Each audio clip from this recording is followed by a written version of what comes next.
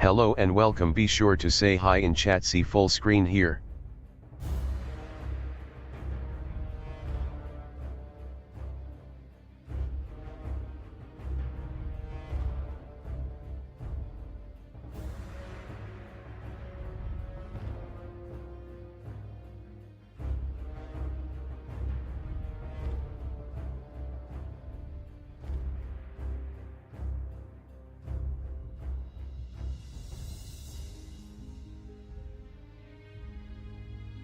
Hello and welcome. Be sure to say hi in chat.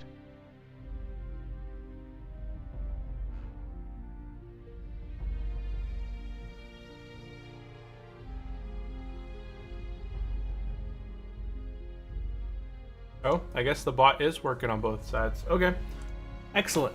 Looks like it is working on both sides. Okay, we'll go ahead and get this loading all the way up because we are ready to go. Oh, I'm going to share it one more place. Go in Turtle WoW. Going live, Hardcore 57 to 58, Telebeam Island.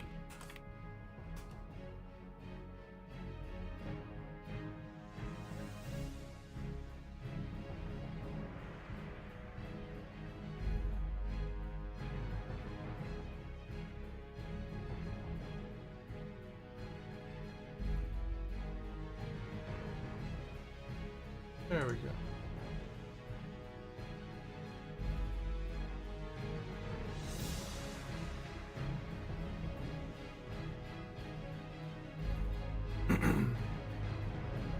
Okay, we are all set to go.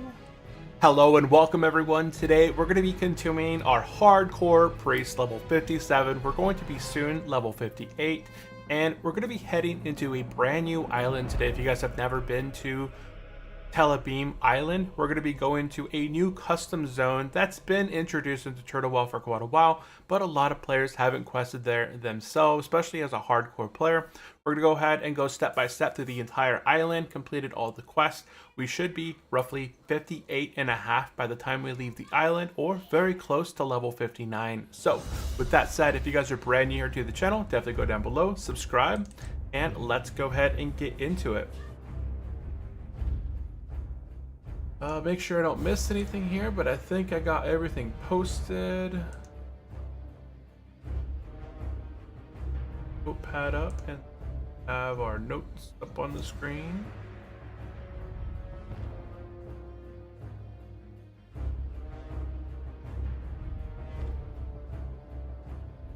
Heading to Telebeam Island.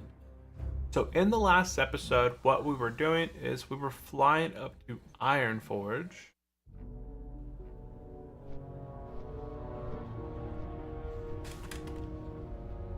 Yeah, we're going up to Ironforge.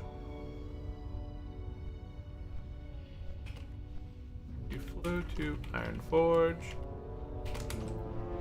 Go to Wetlands. Go to South Shore, Earth to Bay, Flight Path, Lapidus, turn in the Boran family inside the inn, Flight Path to Booty Bay, go to Ratchet.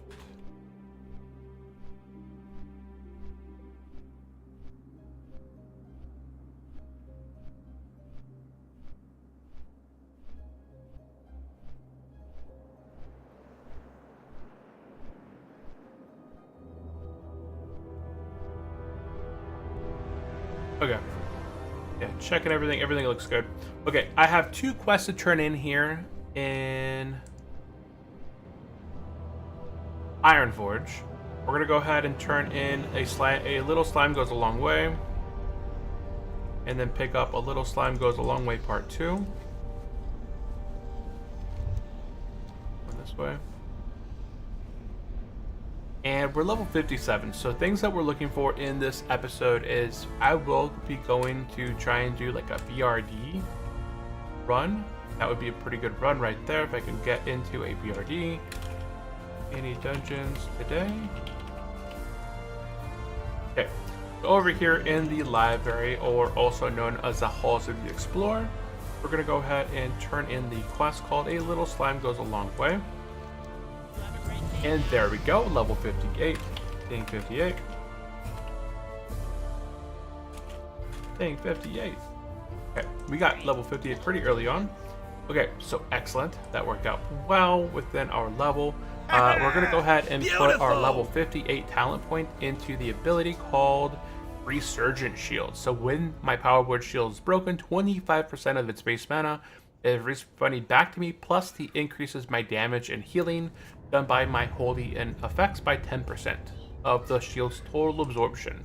So that is a very nice time.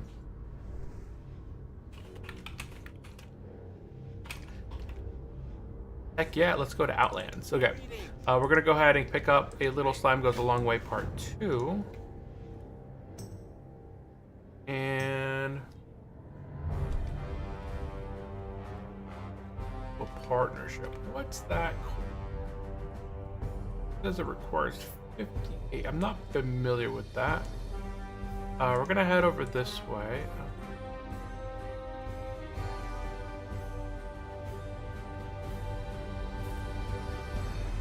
Okay, but wants you to locate, contact Vest and Booty Bay. And okay, we are going to be heading to Booty Bay.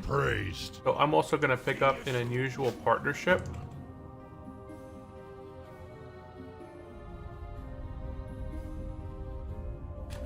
Nearby, get an unusual partnership. This is kind of a new one on me, but we're going to be heading to Booty Bay here in a second once we head back. And between the military ward and the common area, over down this way, there should be a quest called The New Frontier Part 1. We're going to be getting that one as well shortly. Kind of see it right there, New Frontier. I think that's for a Western Plaguelands quest. Okie doke. Take a look at the chat. If there's any groups going on. We also got the quest over here, Return to Time War.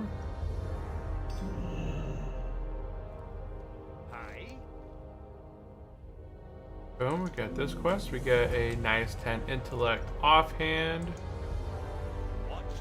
So turn that quest in. 7,600 experience right there from that turn in. Look at that, we're almost a bar into this now at this point. Okay, now we're gonna head.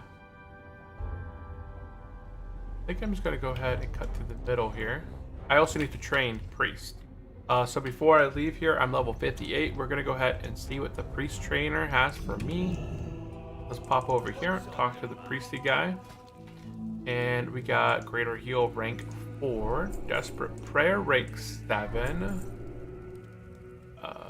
Shadow Word Pain, I'll go with Shadow Word Pain and Mind Control, Mind Blast. How much gold do I got? I got 79 gold, okay. I guess I'll go with the Mind Control just to have that ability. Okay, so there wasn't a whole lot of stuff that I picked up right now. I picked up the Greater Healing 4. Here, Greater Healing rank 4. I don't think I even have that on main bar. I'll swap over to my heal bar. Okay, so Greater Heal rank 4. Desperate Prayer. I do use that one occasionally when I'm in tricky situations. So Desperate Prayer rank 7. That goes on my shift down. Shadow Word Pain rank 8. Get that one. Boom. And then Mind Blast rank 9. Mind Blast rank 9 for those times where I get knocked out of my holy stuff. And then Mind Control rank 3. Okay, now I can Mind Control everything up to including level 62s. So everything prior to a boss. Okay. So that is all set. Okay, now what we're going to be doing is heading down to the Mystic Military Ward. We're looking for a quest called the New Frontier. What it was. Yeah, New Frontier. Also, if you have anything you want to sell, get rid of, this is a good time to be doing all that. I don't know why I got a bunch of these letters, but that's okay.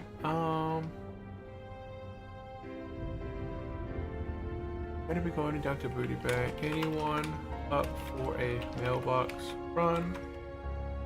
I need to do my initial Inferno. Okay. But while I'm here, I'm going to go ahead and sell some stuff.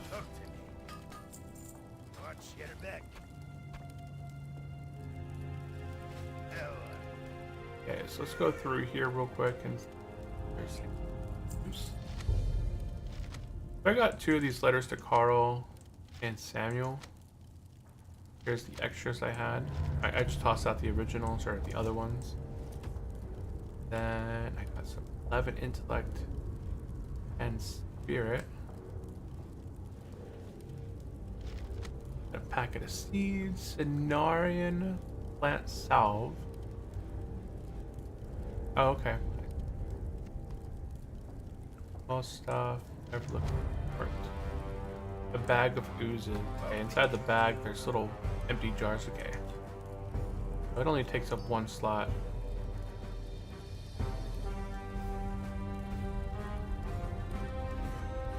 Okay, we're just kind of going through and clearing out some inventory right now. I would suggest you guys kind of do the same thing. If there's anything that you guys don't need, toss it.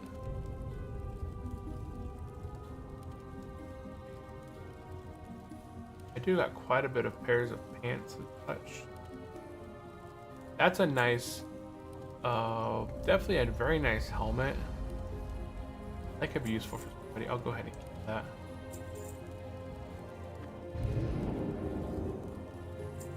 Okay, so that is everything there. And I'm just gonna go ahead and toss some stuff into the bank.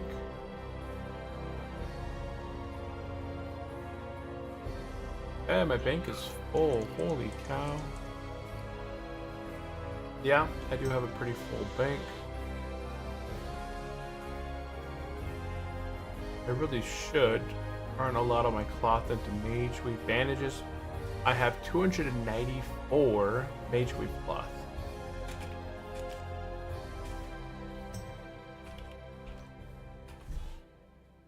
Okay. Fortunate.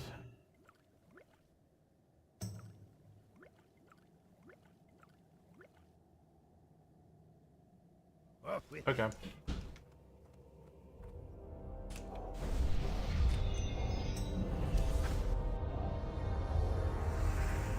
Okay. We're continuing heading this way. Vicious logged on, and Vicious is level 6. Nice. Yeah, that's how you do it! I wonder if you stayed hardcore or not. Did you stay hardcore or...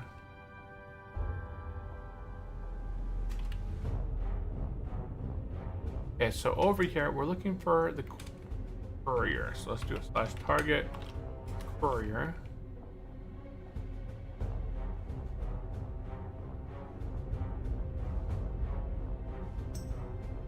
Not seeing him over here. But he does wander between... Oh, I may have passed some. Apparently he wanders between the military ward and the common area.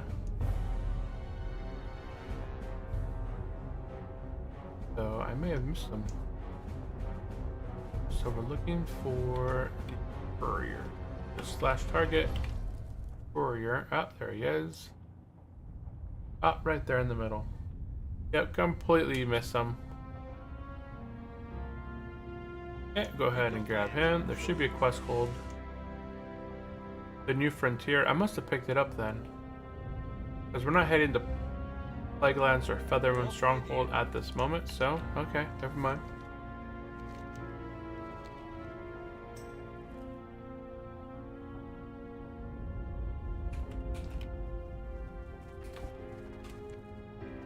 And now we're going to go ahead. This is kind of a new step right now. We're going to go ahead and take the flight path up to wetlands. And welcome into the stream, Snow Chicken God. Like the name. Okay, we're going to head up to wetlands. Because I have a quest here called the Boran family. I have to deliver some letters. So I'm heading up to wetlands, and I'm going to be talking to a guy here called Carl in the wetlands and give him a letter, and then I'm going to get a letter from him, and then I'm going to head up to South Shore and talk to Samuel.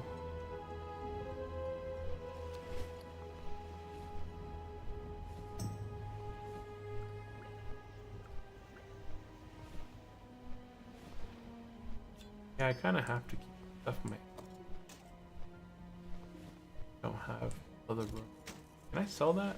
It's plate, 12 strength, 6 stamina, 7 spirit. I am going to be making a warrior. What level? Oh, it's soulbound. Okay, so I don't need that.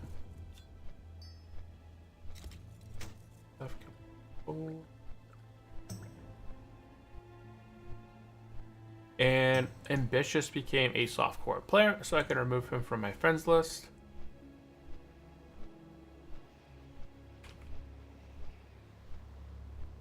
And then Grizzled is 59.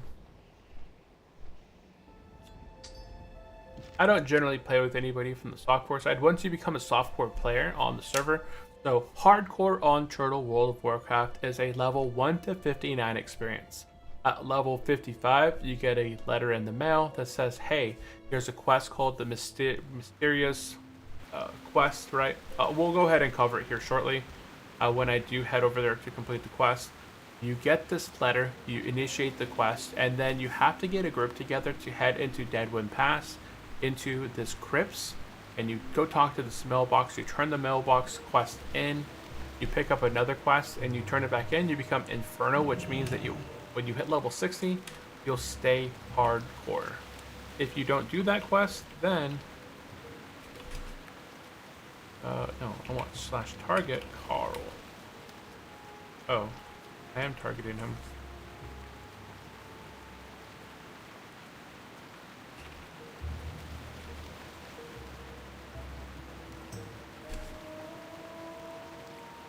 Where's Carl? There's a gravestone, right?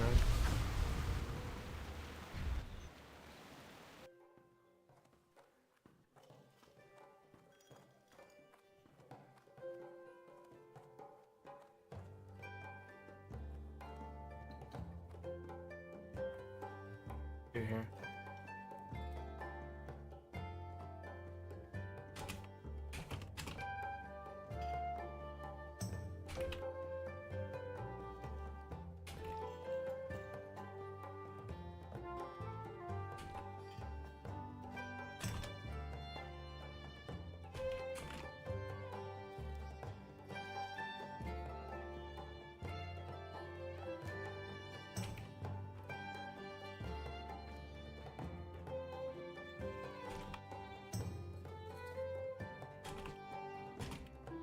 Okay. Carl, where are you, Carl? Where are you, Carl? Oh, wait, you know what we can do? We could do this. We can do /VB Carl. And I'm looking for Carl Boran. There, you can see. It probably, I mean, it shows up on my map too, but now it shows up on my mini map up here. Wow, there's actually quite a bit of gravestones over in wetlands. So now I can see that over this way is Carl. So there's Carl Bunton. Go ahead and talk to this guy. Turn this quest in.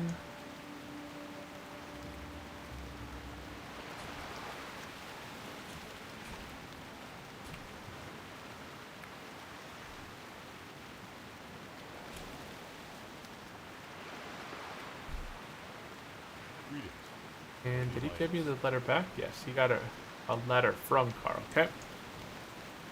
Okay, so now I got that. So now we're going to go fly up the south shore. What can I do for you? Oop. South shore. See you.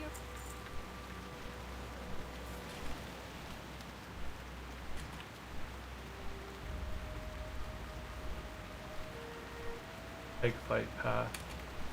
South shore. Okay, now that we have that complete,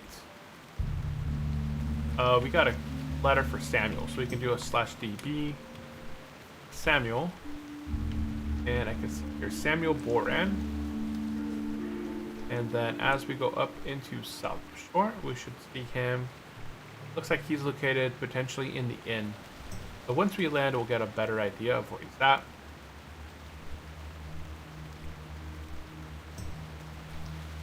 Let's see.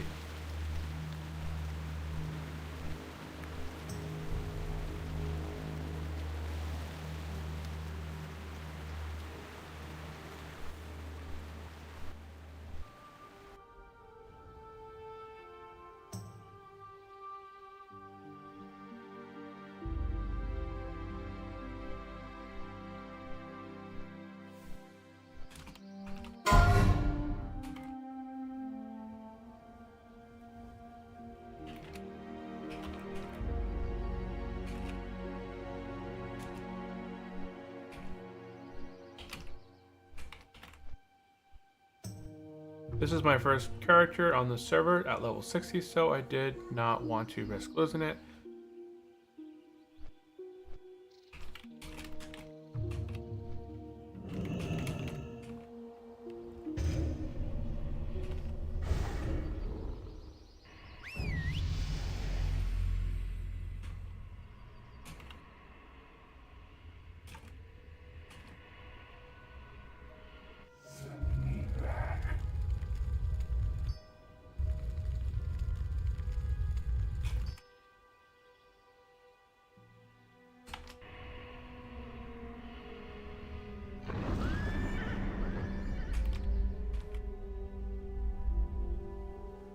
Okay, so let's go ahead and we landed in South Shore. Looks like it is inside of the inn / target Sam. Gonna see in here.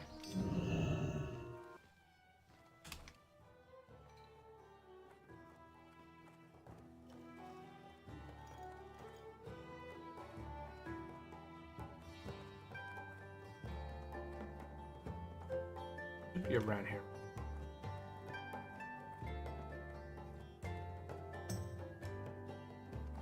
In the back tent here.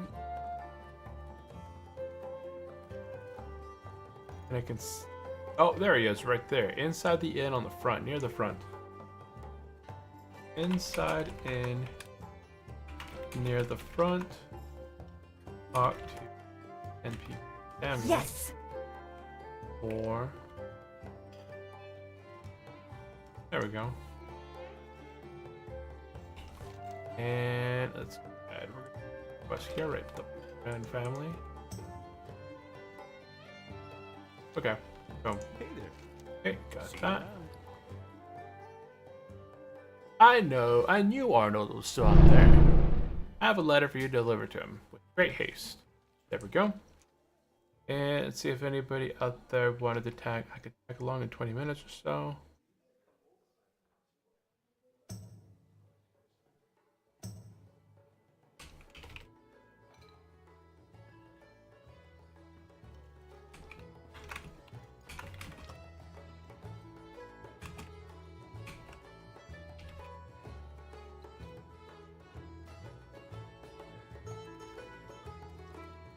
Okay. Okie doke, okie doke.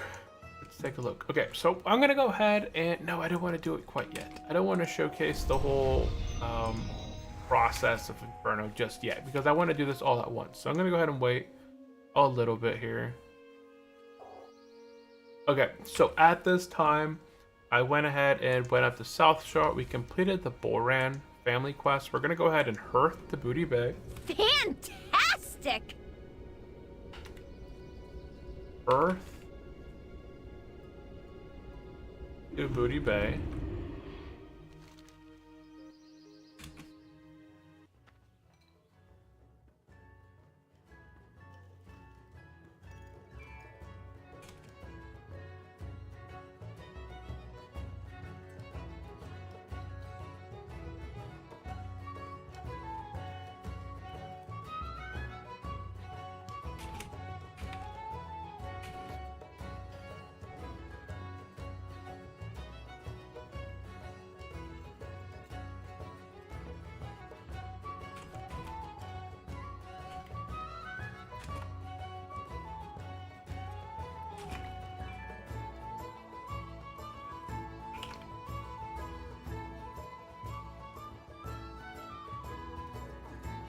Okay, so we're gonna head upstairs. We're in the quest called Unusual Partner. Upstairs, turn an unusual partner. Somewhere. Where is it? Downstairs. Did I miss it?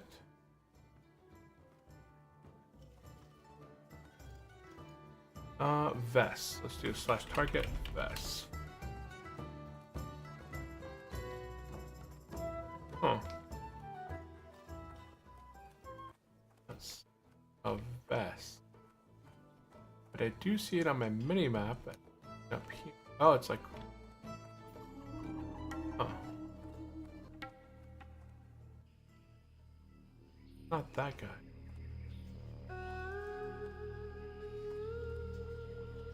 That looks like it's like right in here.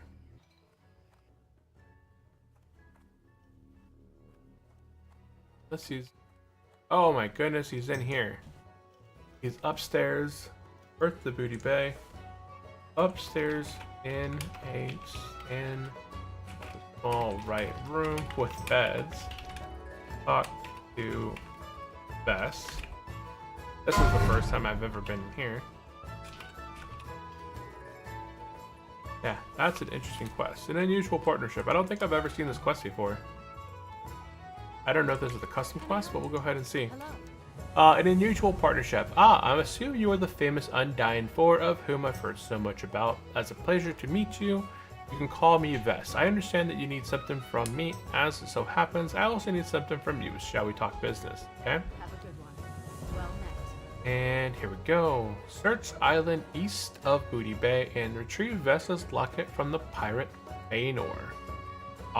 So I should have got this quest prior. So this is a quest for Lapidus Isle. No, it's even further south. It's over here. Oh, it doesn't even pop up there. The Booty Bay. Oh, it's over here. It's on an island over there. It's a level 60 quest. Yeah, I'm not familiar with that. Interesting. So I'm not familiar with this quest, and it's not on Lapidus. I'm gonna go ahead and abandon that. It's a level 60 quest. I'm not too keen on finding out if that quest will kill me or not. And our main objective today is heading over to Lapidus Isle. So at this point, I'm going to go ahead and whoopsie. I'm gonna head over really quickly to look at this, another gravestone right here. Level 24 died right there. I'm gonna fly over to Lapidus Isle real quick. Turn his quest in. Dang, a couple level 17s just died.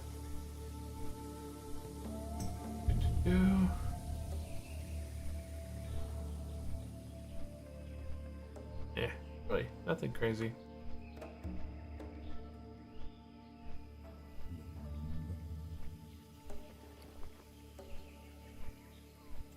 Does anyone need pattern?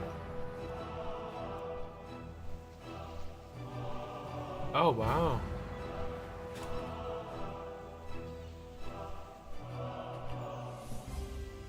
The tribal.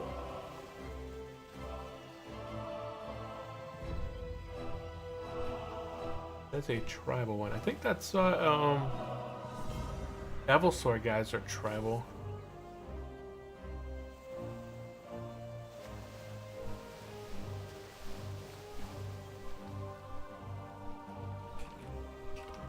good.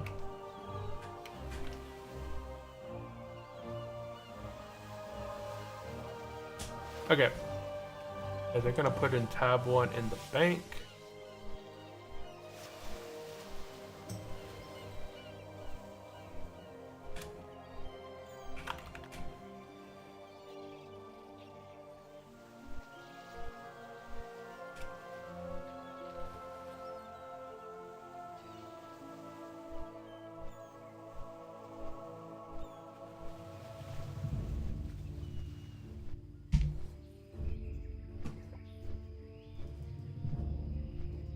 And presume.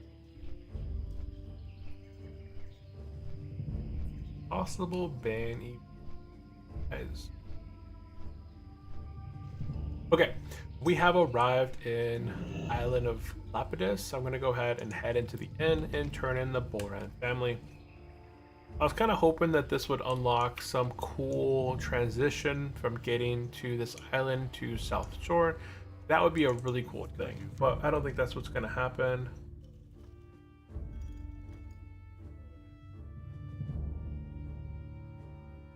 Okay.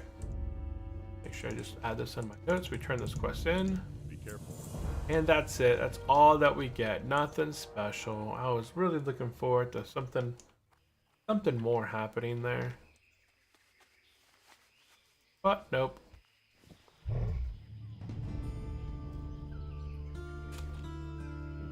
Oops, right here. Need help? Light?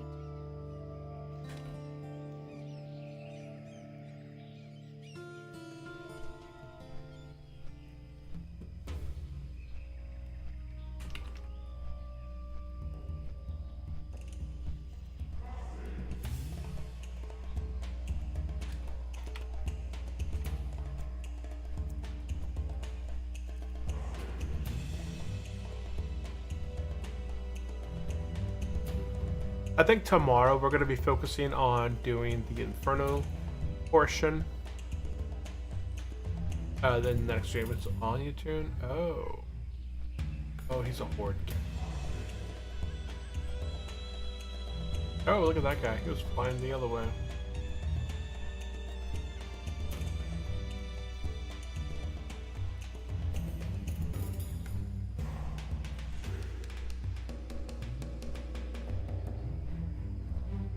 You know, I actually would have liked a Night Elf Priest.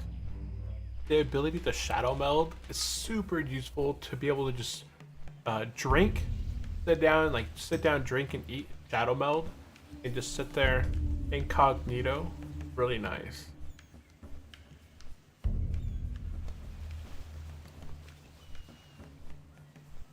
Okay, we turned those quests in. We got rid of some items. Our total quests here, we have 7 quests in our quest log. The Morrowgrain research one is one that I got in Darnassus. I can actually drop this quest because I don't have any Ungoro soil. If I got 1 Ungoro soil, I could probably create like a couple more of these cleanse things, but I just don't have enough. We'll see how it goes with whether I run out of bag space or not. Okay, so I'm in Booty Bay. Let's go ahead and get mounted up. We're gonna head across the road. We're gonna go across the ocean in Ratchet to Ratchet. Then we'll go from there.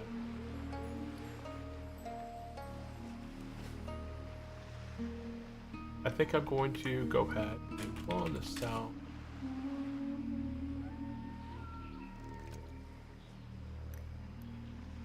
On the stacks of Bunchy.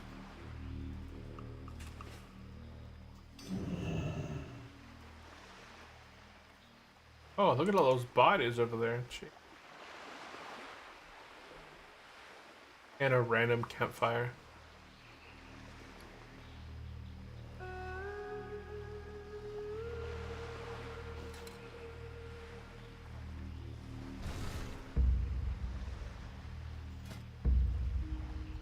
That's that.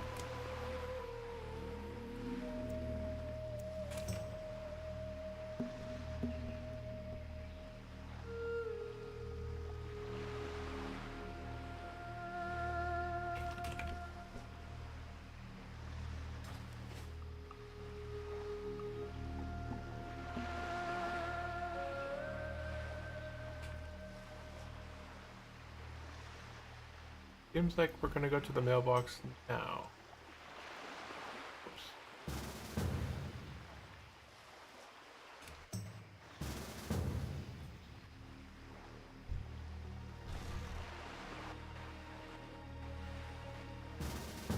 Okay. We're gonna head to the mailbox. Okie doke, okie doke. We'll go ahead and make this probably its own separate video. Then what?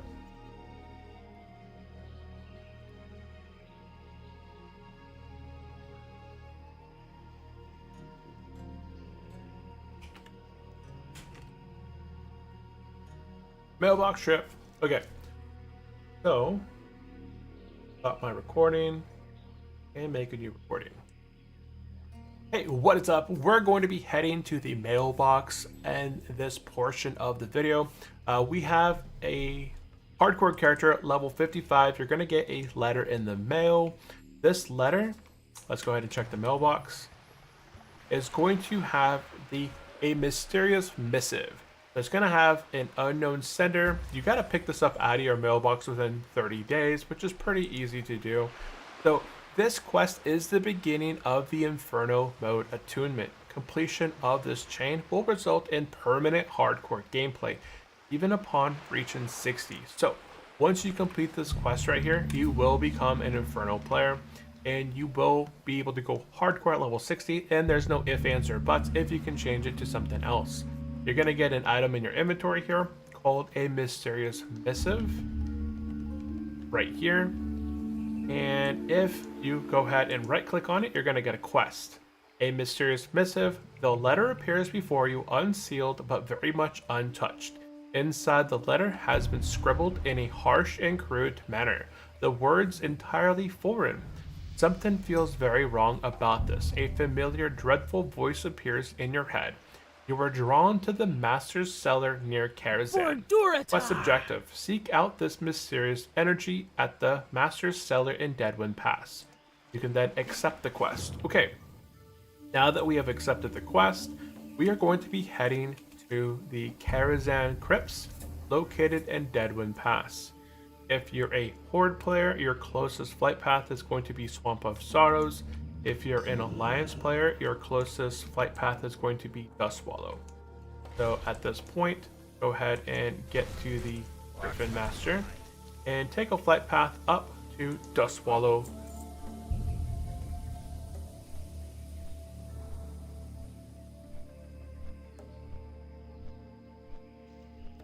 Okay, and we're going to go ahead and take a little bit of a flight path. You can see everybody else here. We're all going to be heading to the mailbox together to complete this quest.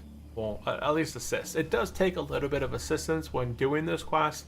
So if you are playing a hardcore player for the very first time, and you think that you can become hardcore on your own at 59, you could end up actually losing your character really quickly by going into the crypts alone. It is recommended that unless you're a hunter or, probably just a hunter, I would say, it is a very tricky area. I have done it on my hunter at 59, but I think every other class, I would not go in there solo, as most melee guys could get taken down pretty quickly. Even hybrid classes such as the Paladin and Druid that can heal and kind of do damage, even they will take quite a bit of damage from the mobs within there. Some of the mobs down in the Karazhan Crypts are level 59, 60, and they do quite a bit. So we'll head up there. We're going to make our way that way. Looks like the group is already beginning their descent into the Deadwind Pass.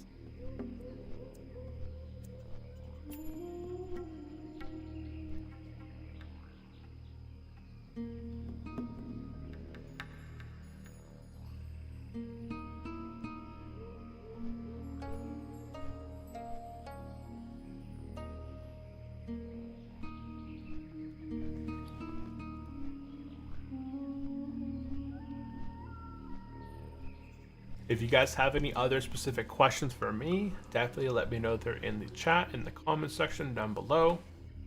and we can always cover another topic in a different video. But the Inferno quest chain has actually changed since in the past.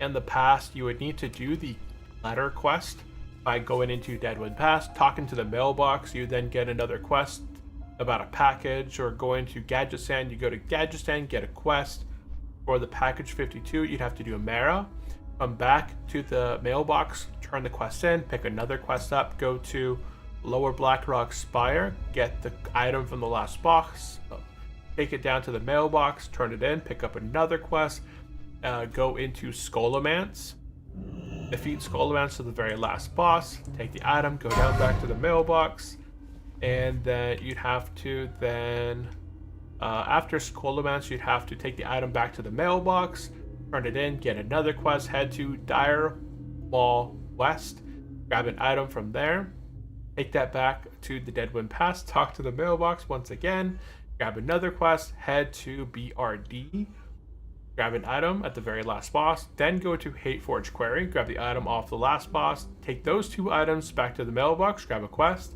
and then finally you'd grab your final quest, which is for Upper Blackrock Spire, which you'd have to go into Upper Blackrock Spire. It's clear. Wait.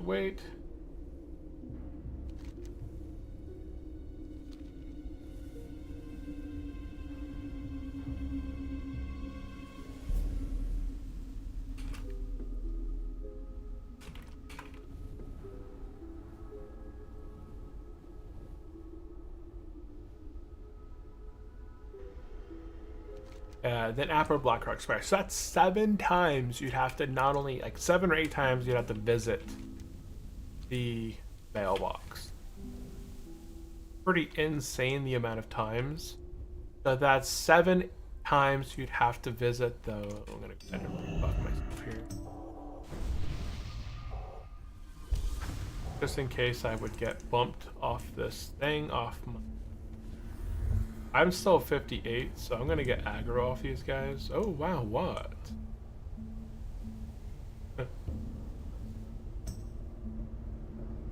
That's so weird. I made it by the first guy, but this guy, aggroed me. I felt like I was further away from this one than the last one.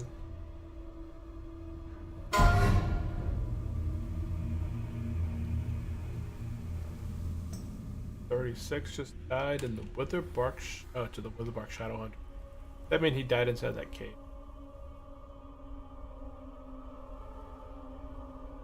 Okay, so as you can see here, we made our way into Deadwind Pass. We're heading south into the Deadwind Pass area here. There's usually some bad guys, you know. In here there's ogres, a couple wisps, and those birds that we saw earlier. You can see here there's that question mark down there. I believe that they've begun to clear.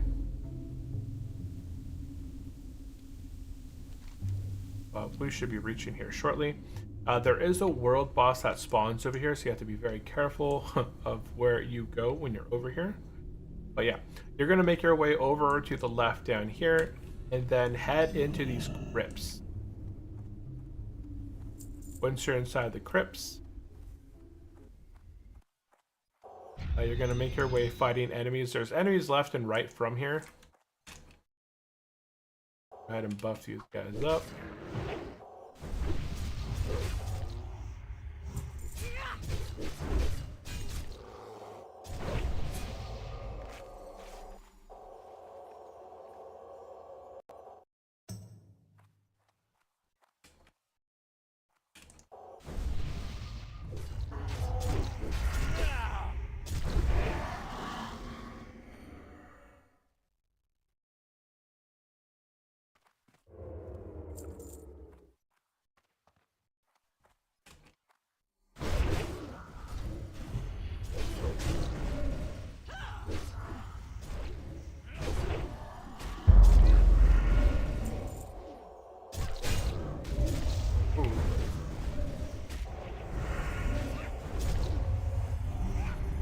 quite a bit of damage, right? And it's a kind of an AoE damage as well. Okay, so we made it down here. We're going to go ahead and talk to this mailbox right here. We're going to turn in the mysterious missive, continue, and complete this quest. Now we talk to the mailbox once again. We're going to get the quest Eternal Mortality. So I am impressed with the progress so far. You have proven far more resilient than most. The tenacity shall be rewarded with a blessing benefited a brave soul. I have to go a little bit quickly through here because I don't want respawns on here. So if you guys would like to pause and read the quest, you will see that you will live forever. You will watch your family pass away, your friends, your loved ones, and then what? What will be the value of that? Speak with the mysterious mailbox again to be mortal forever, or abandon this quest and reap the rewards of immortality at your level 60. Okay, so we go ahead and pick up the quest and complete the quest, and boom, we are now eternally hardcore. That's it. That's all that we needed to do there.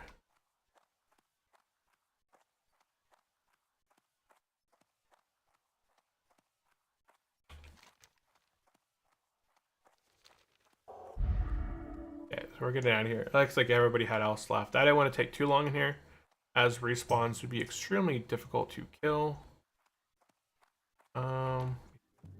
Out here.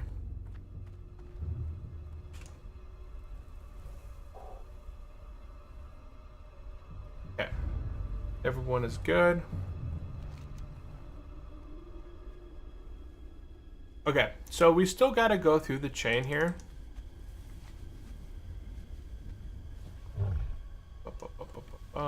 Okay, so we have turned the quest in that makes us hardcore at level 60. So that was all of the quest. We had to take the letter, accept the quest, take it to the mailbox, turn that quest in, and then we had that quest called Eternal Mortality. Essentially, it told you if you want to, you know, if you want to become mortal, stay hardcore, do this quest. But if you do not want to stay hardcore, then you need to drop this quest right away.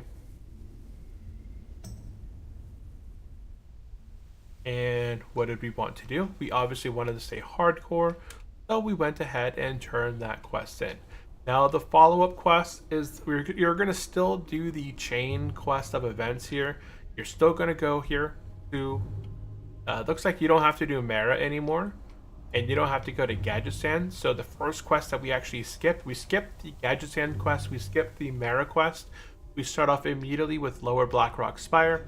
We have to go get the Eye of Rimmerthak and bring it to the mailbox. So this quest chain now goes Lower Blackrock Spire, Scholomance, Dire Mall West,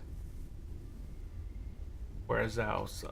BRD, Cape Forge Quarry, and Upper Blackrock Spire. So there's still 5 dungeons that you have to do for this quest chain, but the end result is that you get a trinket that gives you 44 to stamina and 1 to spirit. It's called the Pendant of Mortality, I think it was what it was called. /DB Pendant. Glory to the Quel'Dorei. Of Mortality item. Yeah, right here. Once you actually complete the quest chain all the way, you get this Pendant of Mortality. It gives you 44 to stamina and -1 to spirit. A deal with the devil signed in blood is what it is. It's just a little trinket you get for completing the quest chain now. You still got this in the old mode, but in order to become Inferno in the old mode, you had to go through the whole progress at level 59. That was a long progress to become Inferno, and to actually hit 60, you had to go through 7 of these end game dungeons in potentially a 5-man group, which was very difficult in the past. Now that there are more 60 hardcore players to help kind of carry people along, it became much easier. But for newer guilds that were trying to get in the hardcore progression as well, it was very difficult. So that is it in terms of becoming It's good to see an autistic streamer who is doing what they love. An autistic streamer. Heck yeah. But that is how we complete the hardcore chain. So that is it for the Inferno quest chain. If you guys have any other specific questions, definitely let me know. They're in the channel. It does. An autistic one. That's fun. Hey, we all do what we love, right? Everyone does something that they enjoy. I hope. I hope. Let's take a look there in the stream. And what is up? Welcome into the stream, Patrick. How are you doing?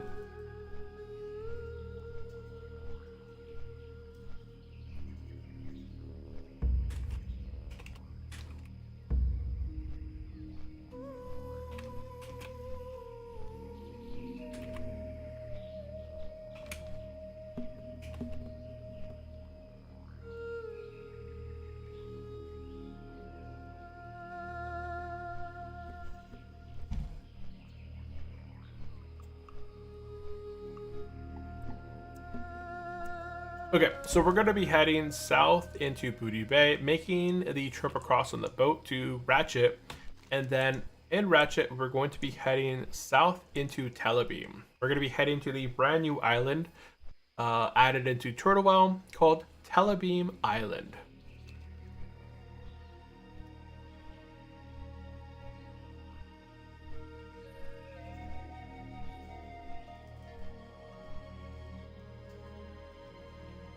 If anybody has any other specific questions, definitely let me know there in the chat. We're just going to be traveling for a little bit. It takes quite a while when we're traveling around in the World of Warcraft.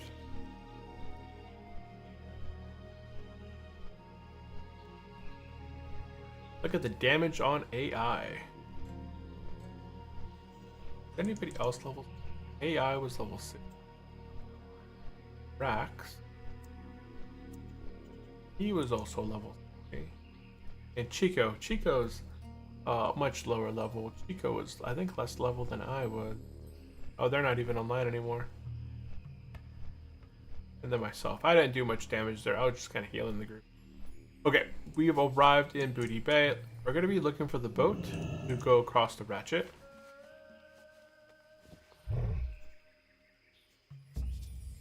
Hopped on that one string.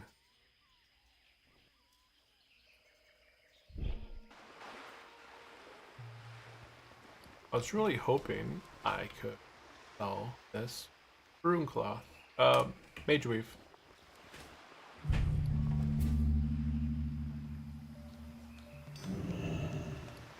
Advertise once again. Willing to sell mage weave plus or minus 58.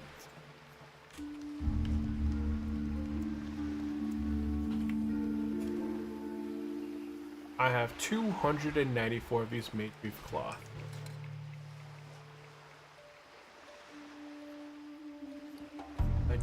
I would like to clear some of my bag space. I'm gonna go ahead, take some of the out, put it into bandages. That way I can throw some of this stuff. I'll probably throw that away.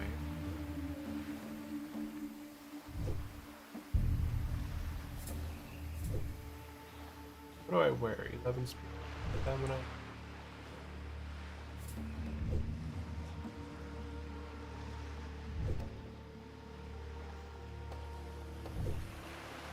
So this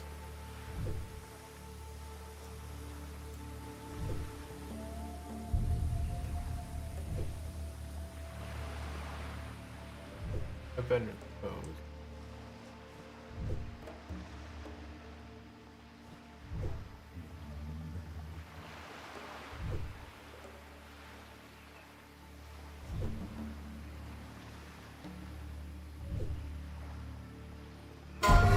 Have my bags, 20 in my bank, so I'm not out.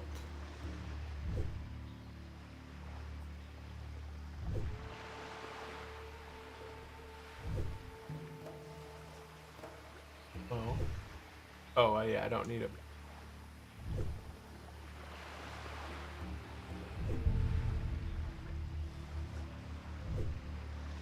or mithril.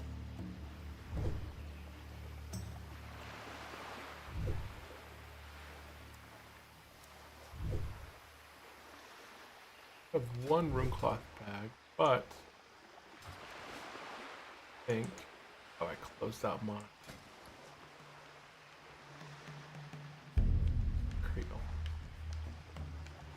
Oh, I'm out. Okay.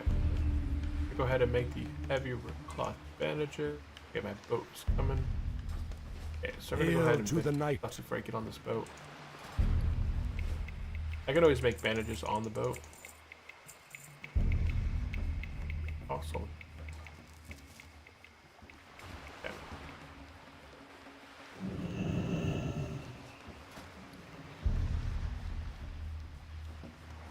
Gonna finish creating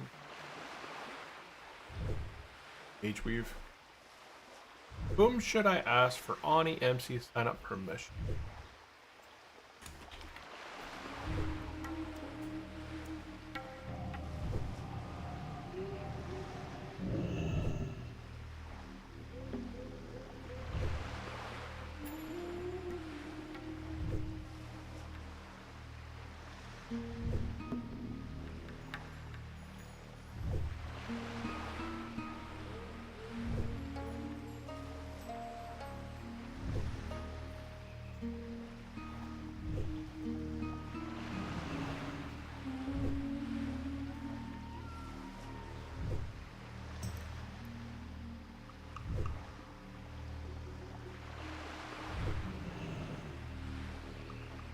Okay. And let's see here. Would it be possible for you to update the tour guide add-on with your version of leveling guide and make it downloadable? Yo, bro, maybe you can help me. Every time I get DC or relog, my add-ons are disabled and settings aren't saving. Will you go for a raid on this character? Can you tell, bro? I'm not sure why my bot's not working now. It was working earlier. Oh, there it is.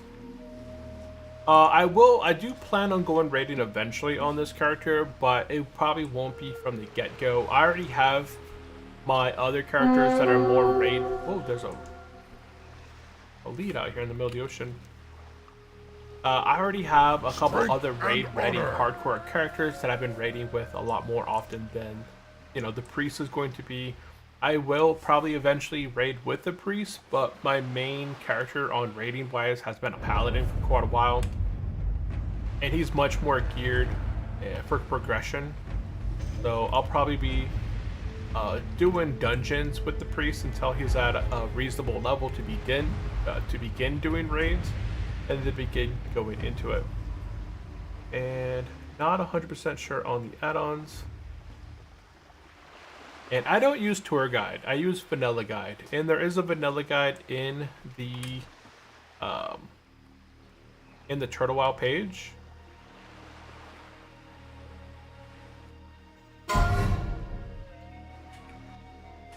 It's just that I use a much older version of the vanilla guide than the one that's available on the Turtle Wow side. I think I have like a 1.6 version.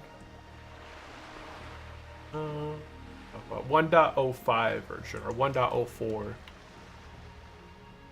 Yeah, so it's an older version. Okay, so we're off the boat. We're in Ratchet. We're gonna go ahead and head to the flight path, and we're heading to Telebeam Isle.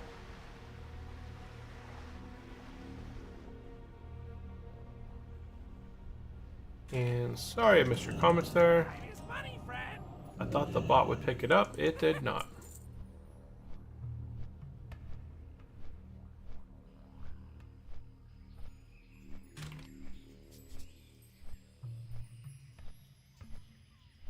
Glory to the Quel'Dorei!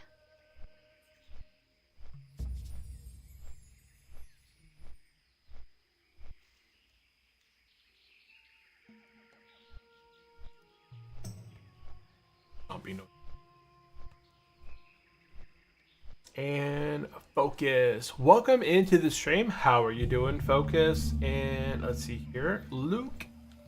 It says, can you help me with everything? Every time I DC or relog, my add-ons are disabled and settings aren't saving. I actually do not know much as to why the add-ons would be disabled. The main thing is if you are using add-ons when you DC or you Alt F4 or you exit the game right away, the add-ons are not going to be saved. The only way that you actually save is by just doing a soft logout, and that's going to log you out. And can I have your map add-on? Oh yeah, so the map add-on that I'm using right here is called, what was it called? Cartographer. Yeah, Cartographer is the map add-on that I use. And it kind of showcases the map like this, and I can move it around, I can shrink it down. I can move it in different places that I want it to be. It's pretty nice in that way. If that's what you meant right there. But we're going to be heading down into Telebeam right now and begin doing our quest. You can kind of see we do have quite a few quests in the location down here. We're going to be going through and doing the quests. I do have 8 quests in my quest log. 1 of which I could potentially drop, or probably 2 of which I could probably drop. I probably won't drop eye for an eye, but we'll see. So going through the quest log, we have Borrow Grain Research. I could drop this one. This would have no repercussions as I would continue to keep the Borrow Grain. And does Cartographer shows the level zones? Yes. Cartographer is what shows the level zones here. So when I besides the custom stuff, if I hover over a specific zone here, you can see that it has the level zones on the map. So Tanaris is a 40 to 50, plus it has instances Zul'Farrak. Thousand Needles is 25 to 35. Death Swallow Marsh 35 to 45. The Barrens there you can see Wailing Caverns, Razorfen Kraut, Razorfen Downs. It doesn't have any of the custom stuff. You can see if as I hover over Ashenvale, for example, Turtle Wow has the dungeon in there called the Crescent Grove, but that is not inside of the Cartographer because it's just not updated for the custom stuff. There's no data for Telebeam, although I'm sure it could probably be upgraded and updated to include that. I know, for example, like Burning Seeps is 50 to 58. It doesn't have the Hateforge Query in that one.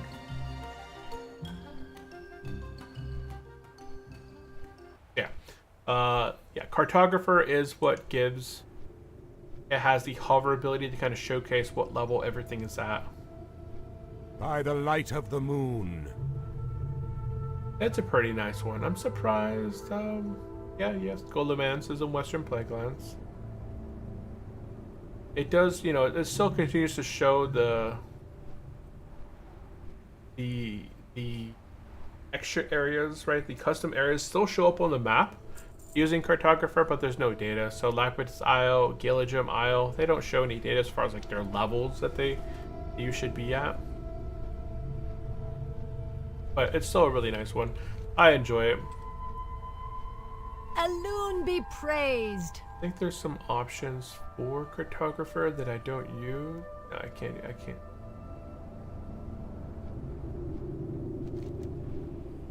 Option. I can't even click on some of the stuff. I think some of my other add-ons might be interfering with it. But it does what I need it to. It does a really good, you know, versus having that. I think the default UI for the map is like taking up your entire screen. And can you explain and show your talents? Yeah, sure. I'll go ahead and go over talents since we're still on the flight path here real quick. Let me go ahead and bring this if you guys are watching shorts or long form. Okay, so I'm level 58 right now. My objective leveling 58 was to level Discipline, so I put 2 points into Wand Specialization early on and got that wand. I went into Shadow, got 5 into Spirit Tap. This essentially made me from level 15 on pretty much keep my mana at full in between combat. Afterwards, I went into Holy, put 2 points into Holy Focus. This would reduce my interruption by 70%. Put 3 points into Divinity, which unlocked my next tier, Divine Fury. That half a second off your smite. Holy Fire, your heals is huge early on and later on as you use your heals often in dungeons to heal yourself or offensively for those smite and Holy Fire, right? Then I went back into discipline over this way. I put 3 points into mental agility, which unlocked my next tier. Put 2 points into improved power word shield, and then went back, put 2 points into here, 1 point into piercing light, which unlocked my next tier. I put 1 point into inner focus, 2 points into improved inner fire. Went back, maxed out the piercing light. That unlocked the next tier of Purifying Flames. Purifying Flames is the first one that I began to max out because it had a 100% chance to guarantee an increase in my damage for Holy Fire. Or a Holy damage increased by 12% by 100%, right? 100% chance to increase my Holy Fire, my Holy damage by 12% for 10 seconds. So it was like a guaranteed thing. Then I went and put 3 points into Searing Light. So every time that I got a critical strike, I had 100% to have my instant cast and cost 20% less mana. After that point right here, I went into Enlighten, put 3 points into Mental Strength, put 1 point up into Improved Power Word Shield. This unlocked the next tier. I put 5 out of 5 into Force of Will, then put 1 point into Chastise. Then I went back up, put 2 points into Improved Power Word Shield, and then at level 58, I put my last point into Resurgent Shield. My next two talents, level 59 and 60, are going to go into Divinity just to increase my critical strike chance. And then at level 60, I'll more than likely swap to a different spec. But this has been a really good offensive spec to level with, and I've been able to heal every single dungeon that I've came across completely, easy peasy, without any issues. And I have, I think I posted in my Discord server in the Priest channel. I linked the Priest playlist, and then I linked every episode that I healed the specific dungeon.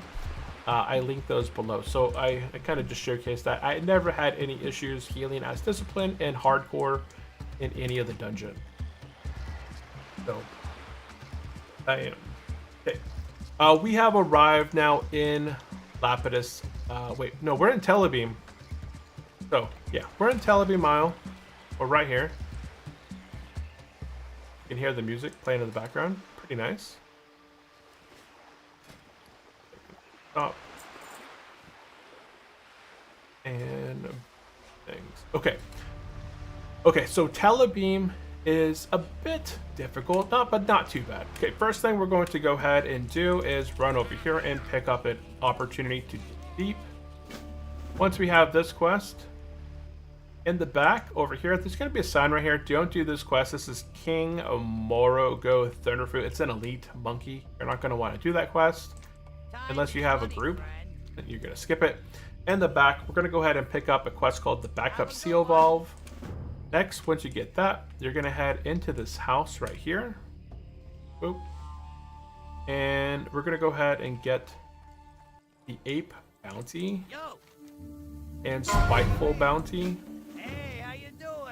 And then on the right hand side, we're going to get a Shipment on Time and Finding Bixel. Okay, once we got those 2 quests, or 4 quests, we're going to head out over here on the right hand side. And inside this little shack back here, we're going to pick up our last quest here, which is called the Direct Supplies. Direct? I don't know. Pronounce that. Okay, now that we got these quests, we're going to be heading out.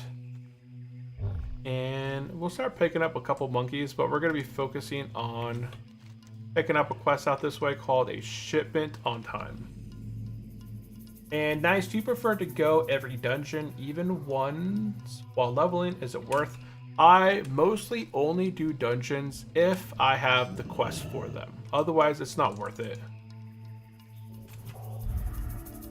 It's not really worth doing dungeons a whole lot when you're leveling unless you have all the quests.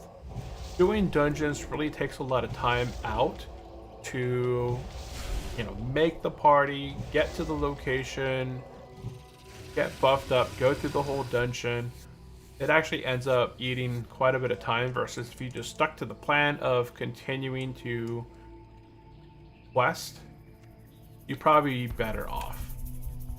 But I do end up doing dungeons when there was a specific quest that I had that could benefit me. Like a lot of my gear here is from dungeons because it was benefiting to me. For our ancestors. I have gear from Gilneas City. I have quest related gear from like drops from ZF, random BOEs from dungeons, trinkets from the hinterlands, elites, rings from stockades. I'm still wearing my stockade ring. Oh wait, no, I'm not. This is from the missing diplomat, which I think you needed to do the stockades for that. So I have some pieces of greens.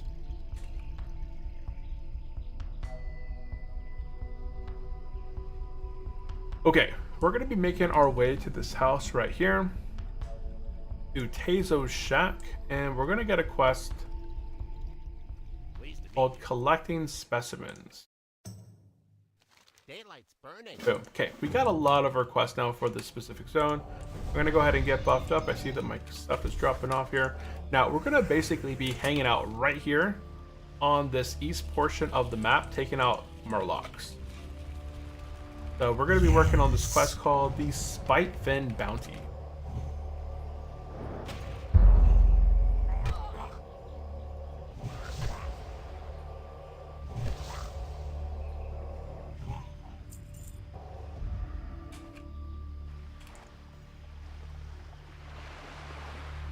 And here, I think that was the last question.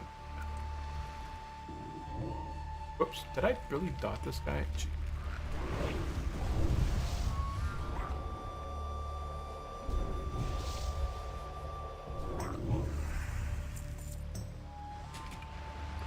And it looks like there's other people here. So we'll have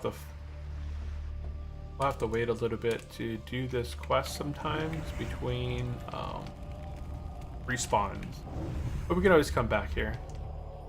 I usually like to get every quest done onesie at a time and then kind of before moving on to the next area, but we'll see how it goes. You can kind of see here that most of the mobs here are 53 to 56, so there is a 3-level difference here. You can kind of see some of these sprite fin netters are 56, so I honestly wouldn't come here before 57, 58.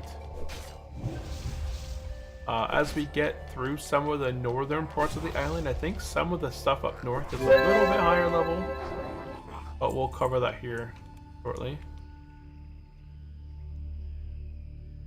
I'm going to turn into a Murloc, and I'm going to have a Murloc pet. It'll be Murloc versus Murlocs right here. Look, it's we're the same Murloc.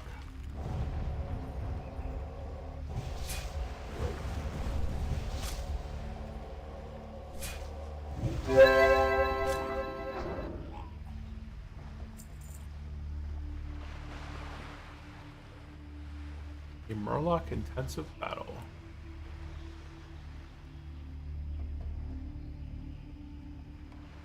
Okay, I'm gonna take out this right Murloc way down there. I don't think I should get a second aggro. If I do get an aggro, it'll be that one. Nope, it didn't happen. So we're having some Murloc on Murloc crimes right now.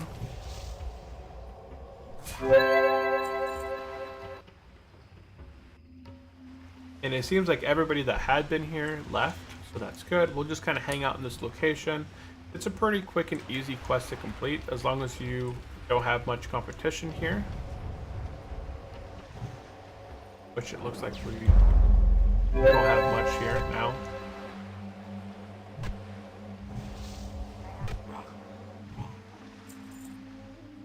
I'm gonna wait a few seconds and then take out this last one, and we should be almost a third of the way complete here.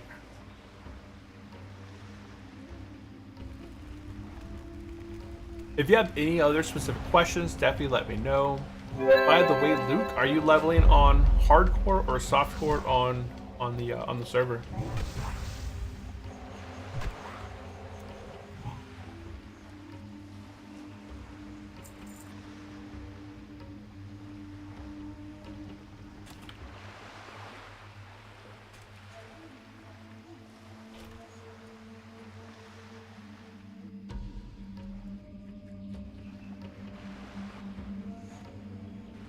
Okay, now we can wait here for respawns, but it takes about 5 minutes for stuff to respawn here. So we're gonna go ahead and continue moving east. Oh, there's one in the water. And would be nice if you would do a level guide. I actually do have many 1 to 60 leveling guides. I have 4 different playlists. I have a Hardcore Paladin 1 to 60 as a high elf guide, like step-by-step guide. I have a Night Elf Hunter on Hardcore 1 to 60, every single zone and thing that I progressed and did. And I have a Hardcore High Elf Priest, Paladin, a Night Elf Hunter 1 to 60, a Tauren Druid 1 to 60, and right now the Dwarf Priest 1 to 60. So there is a Tauren Druid 1 to 60 guide of like all the zones that I completed, all the quests that I completed, dungeons and stuff like that. They're all playlists on YouTube, and they should be linked in the description down below if you guys are interested in checking that out. There are links down below of each of the other playlists.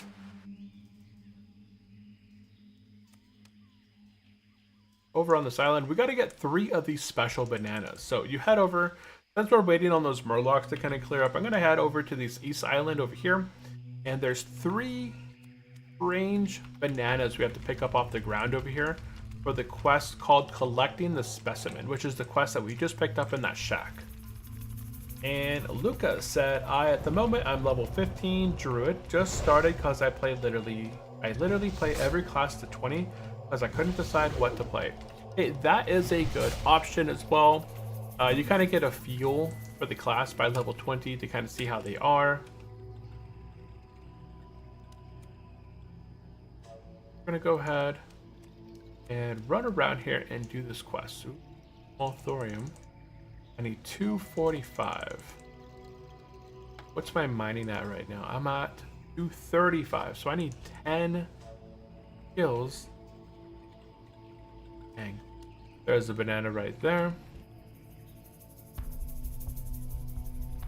So all the bananas on this island are the strange bananas. They're strange telebeam bananas.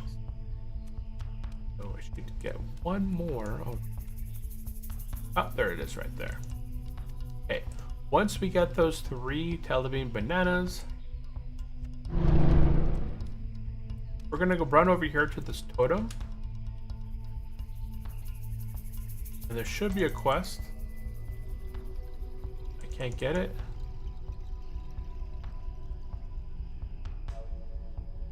Oh, here? Weird, I can't do anything with this. Oh, I think I might have to turn this quest in. We'll see. Yeah, we finished the quest on this island. I don't actually see a quest on that, so it might be for the Horde only. Looks like the murlocs back there are beginning to respawn, so we're gonna head back over to this area and take out the murlocs again. Finish off this quest.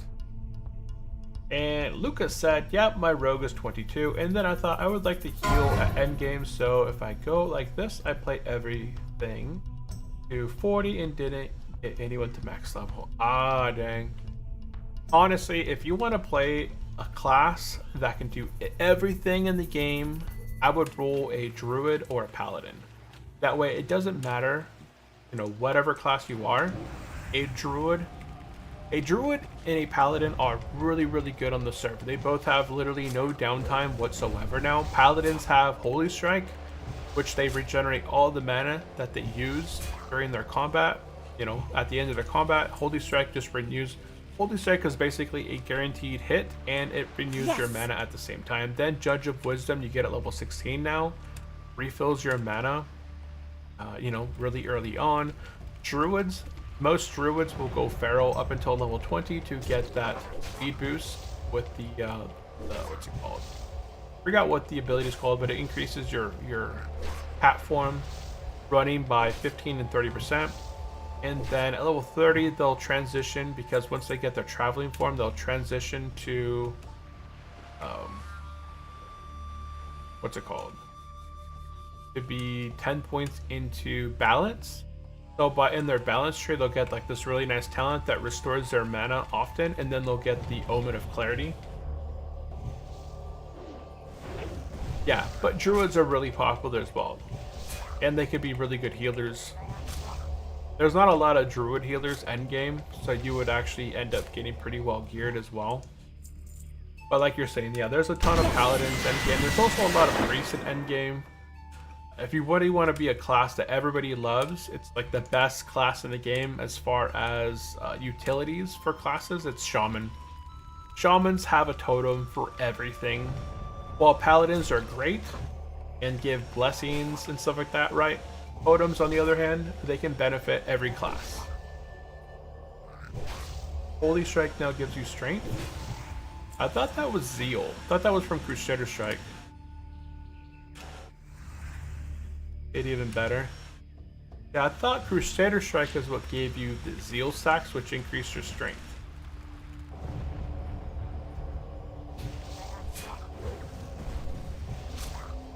Let's see, I'm at 11 out of 20 on these. Get this last one. I'm gonna go ahead and heal real quick, and while I'm waiting for this stuff to respawn, I'm gonna head over here to the shack.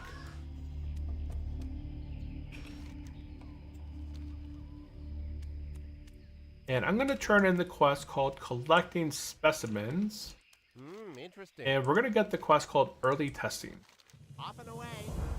Pleased to meet you. We'll get the quest called Early Testing. Seeing you.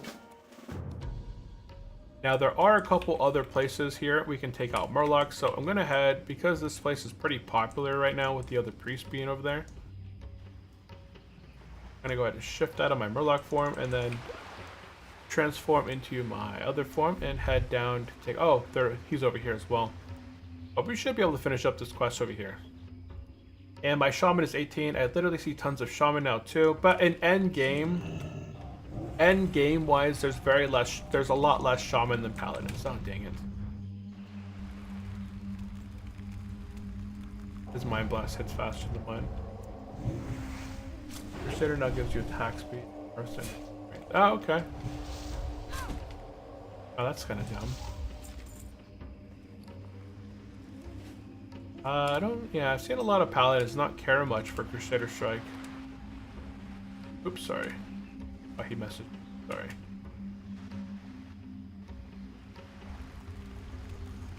Das Dingo. Das Dingo.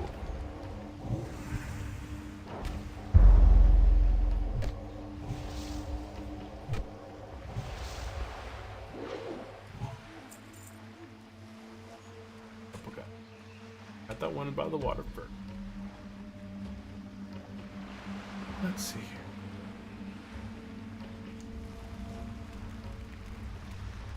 Yeah, but in terms of classes at 60, I still see a lot less shaman playing in raids than every other class.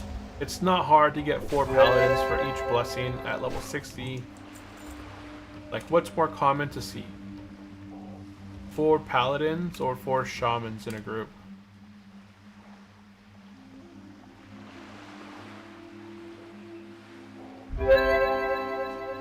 I should actually drink. I'm not going to engage on those guys. I almost went to engage. And I was like, you know what? I'm going to get my mana. I'll probably end up going out of mana while I'm taking out the first guy. And then I'll be stuck trying to wand the second guy down. So.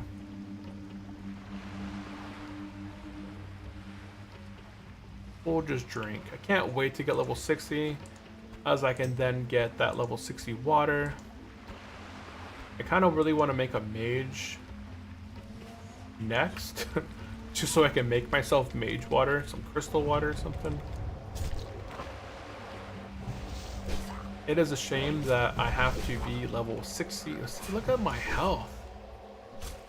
Those guys are chunking life out of me.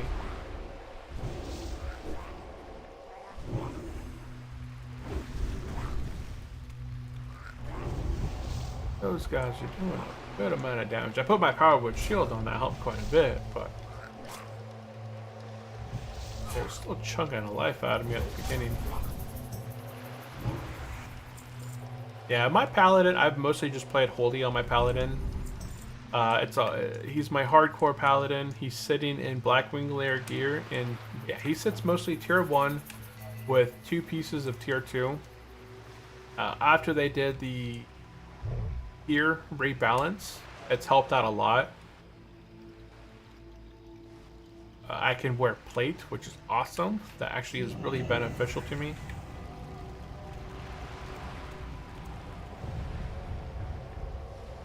And mage are populated too, or what do you think is the most played and least played? The most played classes are going to be always your warrior and your paladin. Those are going to be your 2 most played classes. Your least played classes are going to be your shaman and your warlock. And then towards the bottom, as far as other classes that are least played, it's going to be druid. And then what's after druid?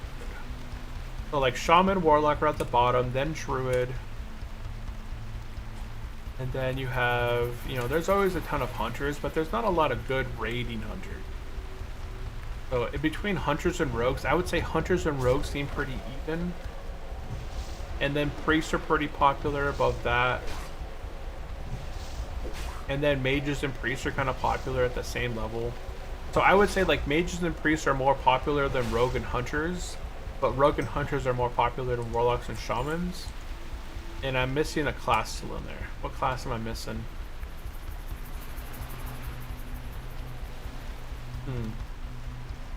Do people like to play prop pal or then ret pal? Prop paladin is just very overpowered. Everybody wants to be a tank. And they fixed prop paladins. Oh boy, we got 2. And they fixed prop paladins here recently. In the past, they didn't have Hand of Reckoning. So prop paladins weren't as popular as main tanks because they couldn't do like they didn't have a reliable taunt. They had a taunt. What is this a thing? Oh, resurgent. They had a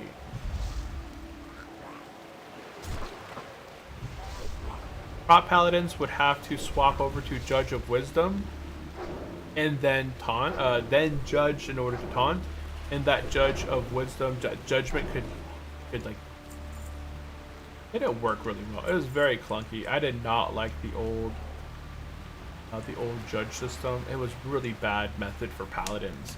So paladins, as you tank, normally you have Seal of Righteousness for that threat. So that way when you hit a target, you get the hit from the white damage, but then you have your Seal of Righteousness that's getting that damage, and then you have the talents. That the Righteous Fury, which increases your threat by using holy abilities. So Seal of Righteousness was your common seal.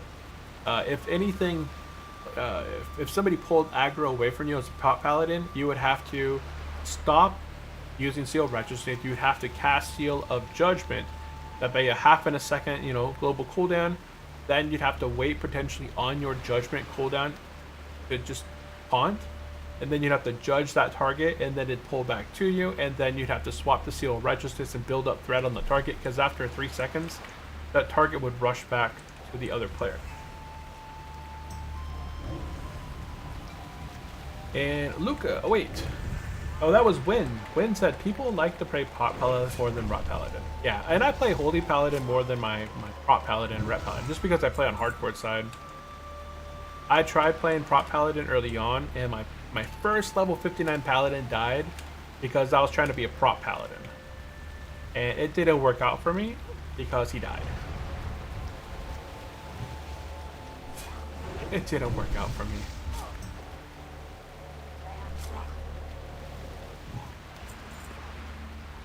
$17 out of 20. Nice, nice, nice.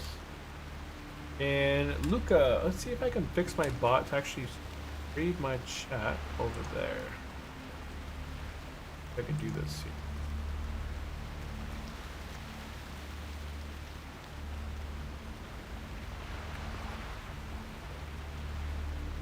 here. Continue.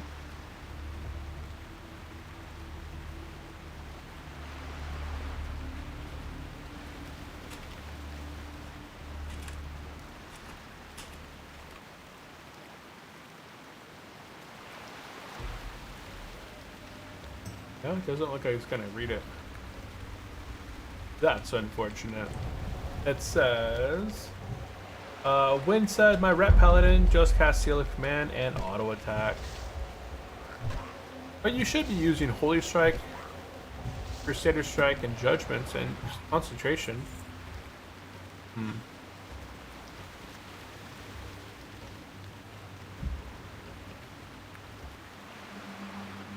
I'm not sure why it's not reading that. What is going on? Oh well. Oh well, I can still read the chat.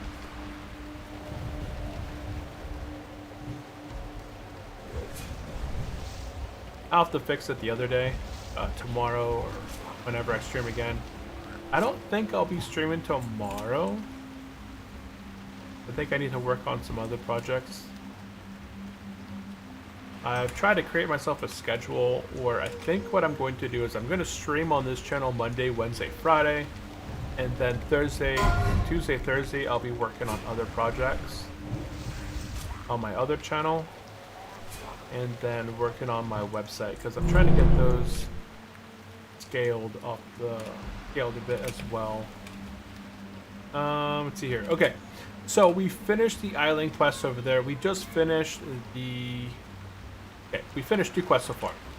We finished the Sprite Fin bounty, and we finished the, what's it called, like the weird banana quest, which we already turned in. Okay, go ahead and get mounted. Those should be the only quests that you picked up. The collecting specimen, and we got the early testing. Okay, now we're gonna head north, and we're gonna be working on In Foreign Hearts. This is a pretty easy one as well.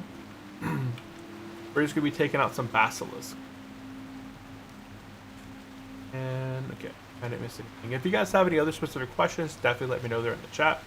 I always like questions and comments and different things like that.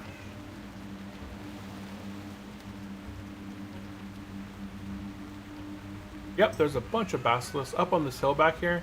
There's gonna be basilisks all the way around through here. So we're gonna be sitting here and taking out, we're going for 5 hearts.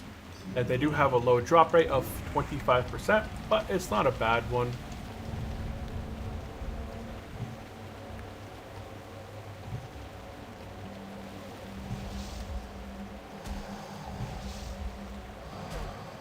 You want to start off these guys? I got them.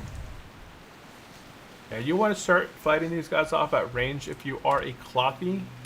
You want to start fighting these guys off at a range. Otherwise, if you start them off too close, they have this enrage that increases their damage by I think 15%. I think is what I had read there. I wish I had more time playing. Don't die, bro. No, can't die. I can't die. No, I can't die, but I shouldn't die. Okay, so right here you'll see this buff. So they have the strength of the stone. Physical damage that they deal is increased by 15, and their movement speed is reduced by 65%. So by the time they get to you, you're casting at a max range, they lose that buff, and then they pretty much die. So it's a really nice little thing right there.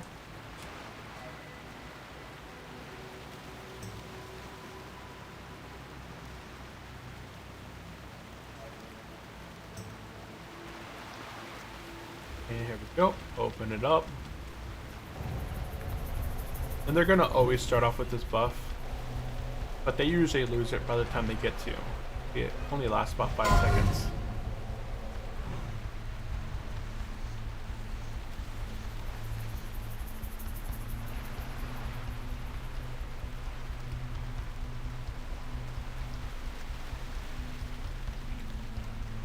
So yeah, there's not a lot you can go through. You can see that purple are where they are, and they're really only through this area through here, and then we'll go back the other way.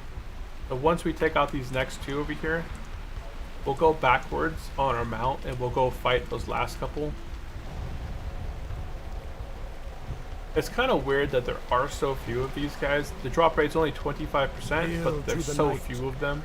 So this might take you a couple times to do. I got dazed. I thought I was gonna get him before. Fine. And there's our 2 out of 5.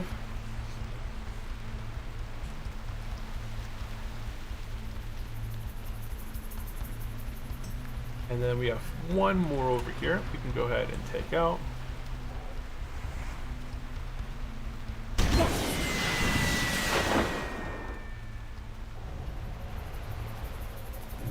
And this is going to be the last one that we see over this way, and we'll just get mounted up and go the other way.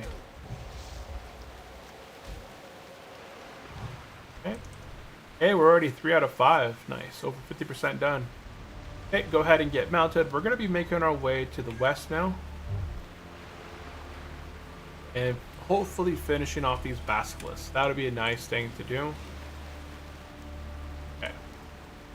Don't die, man! Heck no, can't die. Not in this location. I'm pretty well versed in like all the zones.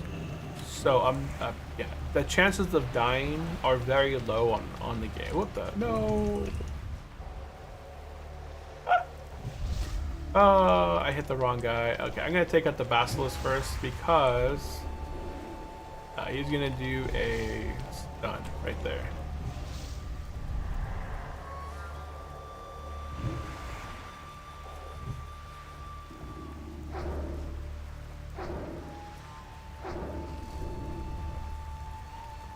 Yeah, I didn't mean to zap the sandcrawler. Poor guy just got in the way. Wrong time, wrong place, wrong time.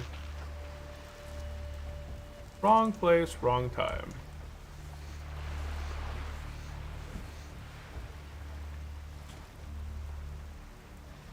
Wrong place, wrong time.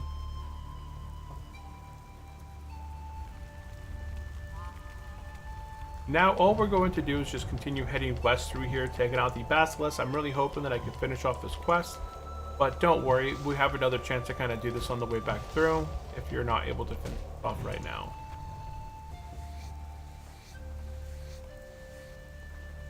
Gonna get mounted again and keep going. I see that there's a few people over here taking out the basilisk too. So we're just gonna head up this way. There should be a few in this area right here. Ah, there's one right there.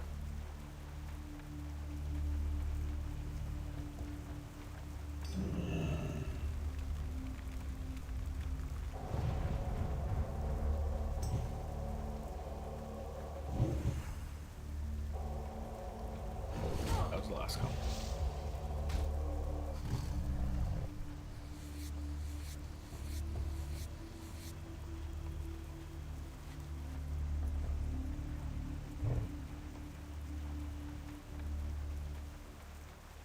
I don't think people really go out of their way to kill these basilisks unless they have the quest. So most people just run right by them. And you have a repair bot, right? Yes, I do have the repair bot. Is this RuneScape? Ah! Is it RuneScape? I haven't played RuneScape in forever. RuneScape was out prior to World of Warcraft. But I haven't played RuneScape in forever. I couldn't tell you a single thing about it. I haven't played it in such a long time. But no, this is World of Warcraft. It's got slightly better graphics than RuneScape. Okay. I'm going to come back to this quest. So we're going to proceed up north. We're going to proceed up this way. You're going to see these gorillas over here. These guys are level 57. Like I said, I would not come to Tel Aviv unless you are at least 58, 57, because a lot of these guys are going to be at that level where if you don't have the right level, the right gear, you could be in for a good amount of damage being done to you. Yeah.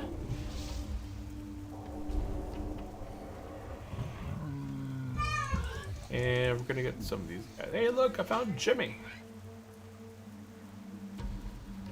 Okay, so we're going to be heading over to this structure on the left. As we're heading up the road here, there's going to be a structure over here on the left-hand side. We want to head towards the structure. There's going to be the first quest that we're kind of working on here, called the Shipment of Time, which is the red bananas, but that can be done almost anywhere here. The 8 bounty is the main one we're kind of working on here by taking out these gorillas.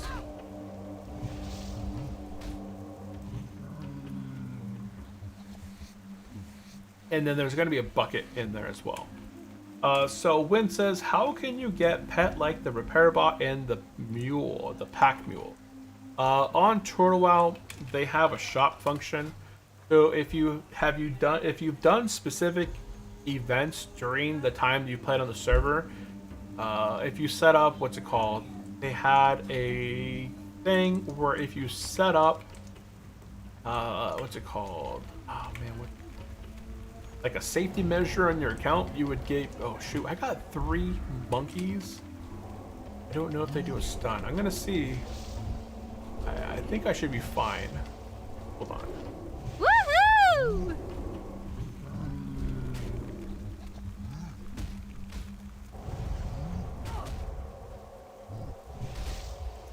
You do quite a bit of damage. I think we should be fine here. And I gotta rebuff myself. So I'm gonna finish off these monkeys and then rebuff myself. I thought I was gonna be like, as long as I didn't have an interrupt, I was gonna be fine. And I do see that my fortitude is dropping off in 5, 4, 3, 2, 1. Let's rebuff. Yeah, man. Okay, fully rebuffed. We're gonna go ahead and drink and eat.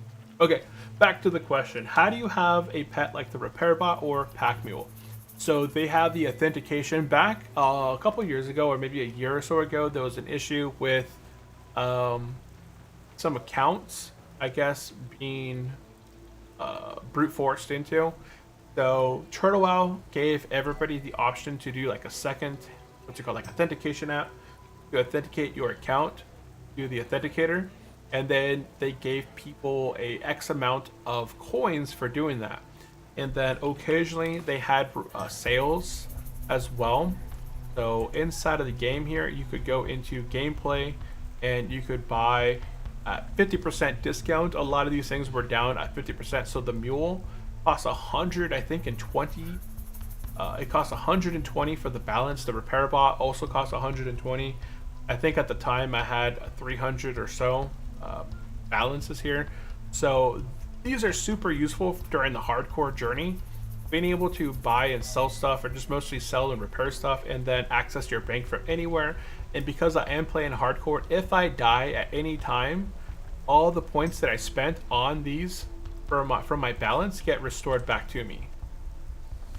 So that's how I have the repair bot and the mule. And yeah, those are options in the Turtle WoW shop. Okay, I took out those monkeys. I'm gonna be making my way over here. There should be a bucket. I'm gonna take out this. I think I'm gonna pull the other monkey as well. Yep, that's okay. There should be something I got stunned right there. Gotta take out the gorilla. Gorillas are gonna be our priority. I'm looking for some tools. So they broke my shield. I got 106 of my mana restored back to me.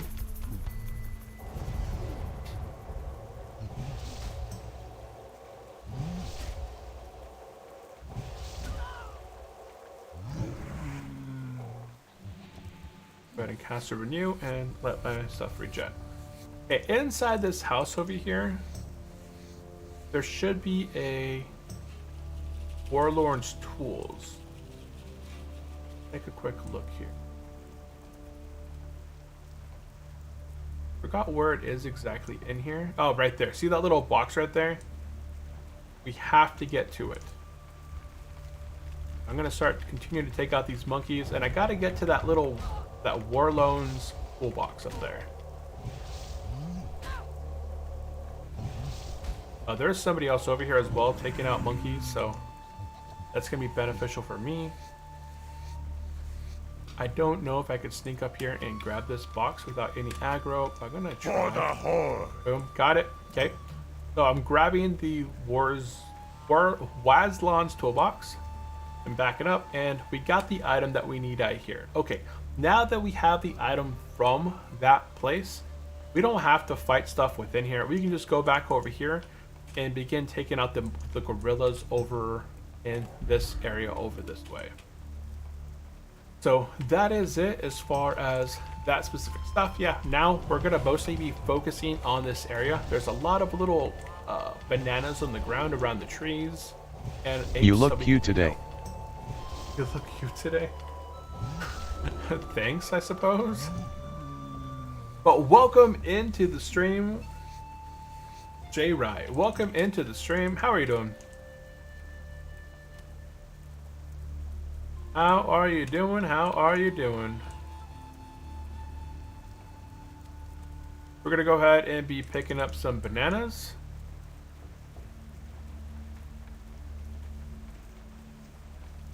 So there's gonna be bananas, these ripe telebeam bananas around these trees. There's quite a few of them. And Kristen, welcome into the stream on the Twitch side. Kristen, welcome in. If you guys have any comments or questions for me, definitely let me know there in the chat. So far, we were talking about the priest talents a bit earlier today. We were talking about paladins, preferences of classes that you would level. You know, the most popular classes are going to be your paladin, your warrior. Your least popular classes are going to be your warlock and shaman. Then you're going to have your middle classes in the middle, which are going to be like your rogue, your hunter, your what are they called? The warlock? No, not the warlock. The priest, the mage, and I couldn't think of the ninth one. What is the other class? We're missing a class. There's a specific class that no one mentioned. Oh, those are druid. No, that was all 9 then.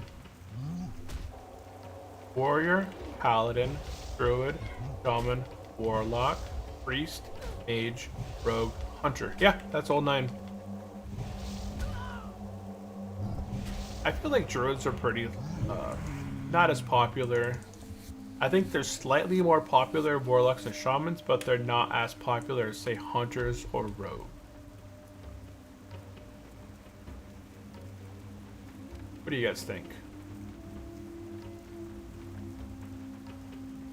Kind of rummaging through here. I'm looking for some bananas around these trees.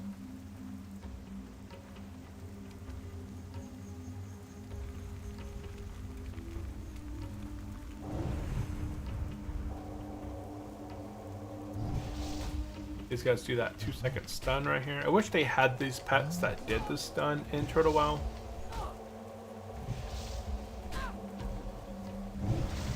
Stop, stop.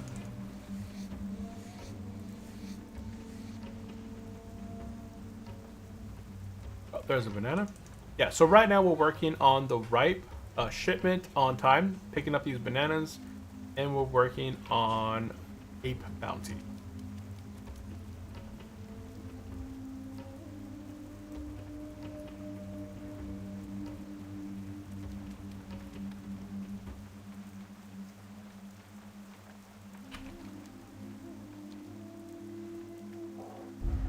I think I'm pretty good to use this power word. Usually the reason I don't use power word shield, because power word shield costs 382 mana versus the renew's 323. But now that I get, if my power word shield is broken in that combat time, you'll see that it actually restores 10% of my shield. So if I stay here for a few seconds, and I want this guy down. My shield broke right there. I had 106 mana restored back to me from my shield popping. So 106 mana restored back to me when it costs 382. 382 minus 106 is 276 mana. We'll use it. Not bad. Hop over to Twitch real quick. I didn't miss any comments over there. No, okay. All the comments seem to be popping into my speech chat.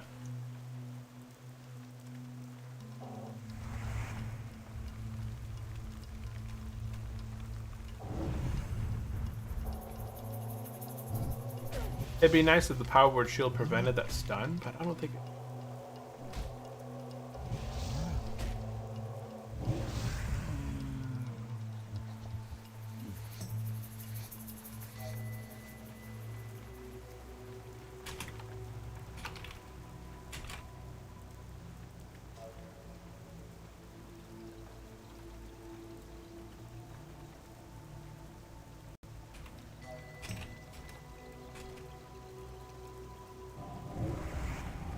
Warriors can't take cloth here. What kind of plants you got growing back there? What kind of plants do I have growing on back there?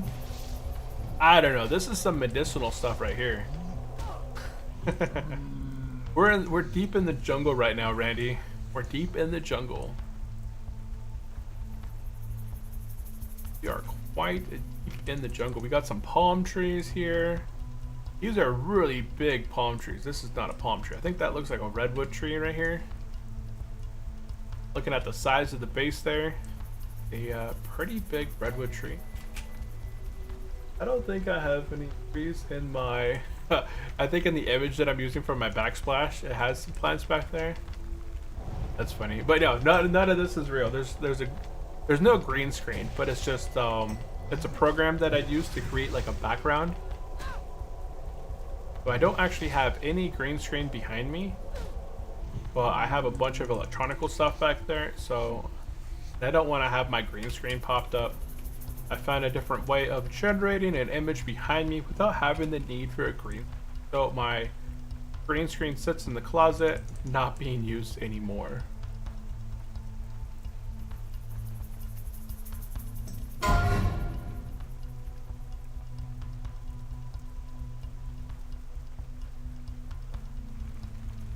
But no plants. We have a ton of plants in the garden. I have no idea what they are. My wife likes to plant stuff. I am not much of the planter.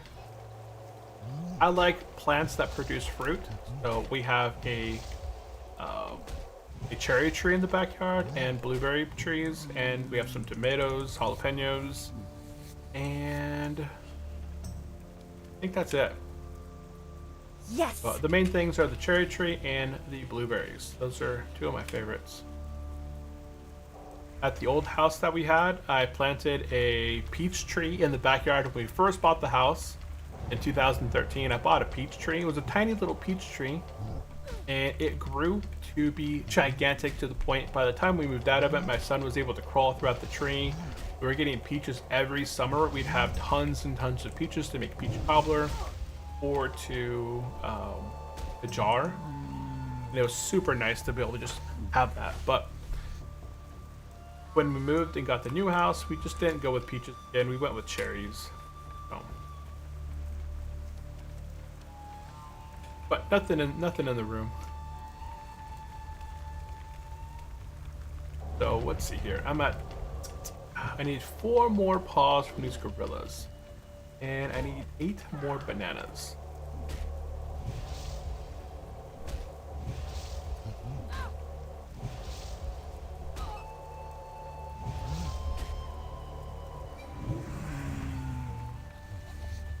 Oh, down to... Let's see if... some bananas... That was the last comment that I had, is what kind of plants are growing on back there?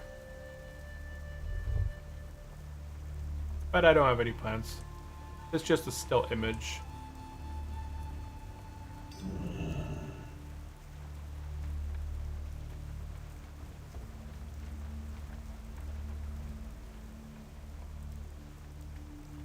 Oh, really?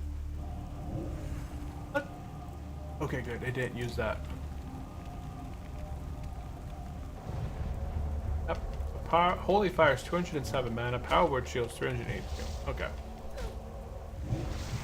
So I wonder if I used Inner Fire and I use a Power Word Shield to get that free cast, if the mana that's restored from it would be 0 because it didn't cost me any mana to cast it.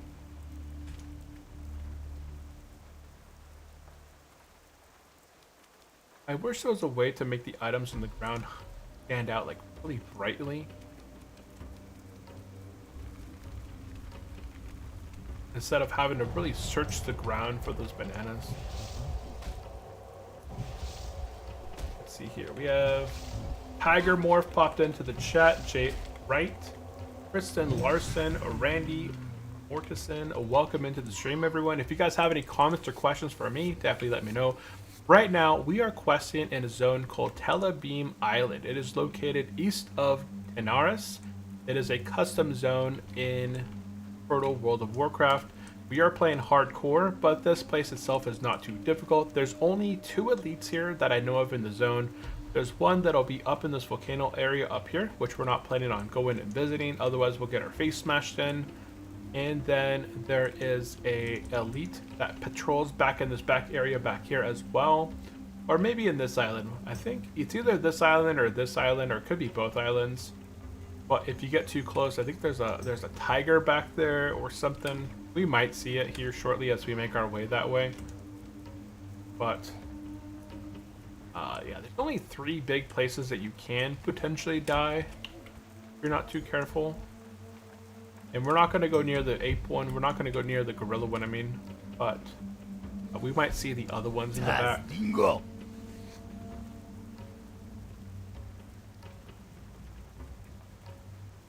There'd be some bananas that respawn here.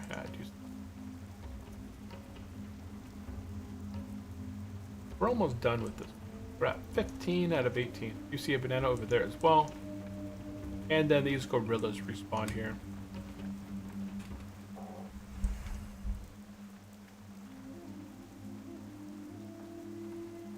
Hey.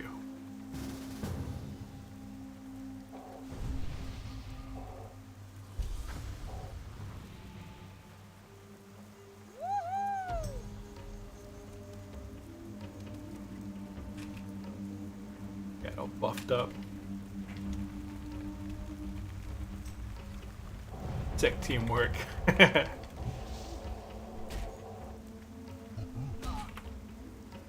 Super buffs. It gave me Gift of the Wild, increases my armor by 285, attributes by 12, resistance about 20. It lasts for an hour, which is nice. Okay, there's 20. I do see a banana down there. We're so close to finishing off this banana quest. We're going to be basically finishing off all of these quests here in just a moment. I'm going to go ahead and take out this guy here and then pick up that banana. This should potentially finish off my bounty quest. Why am I not firing? Fire the missile. We should be taking out this gorilla here, finishing off our bounty quest by getting that last paw. And then he drops me a banana. Oh, we got another banana. Oh, we got 2 gorillas. The other one's gonna stun me here in a second. There it goes.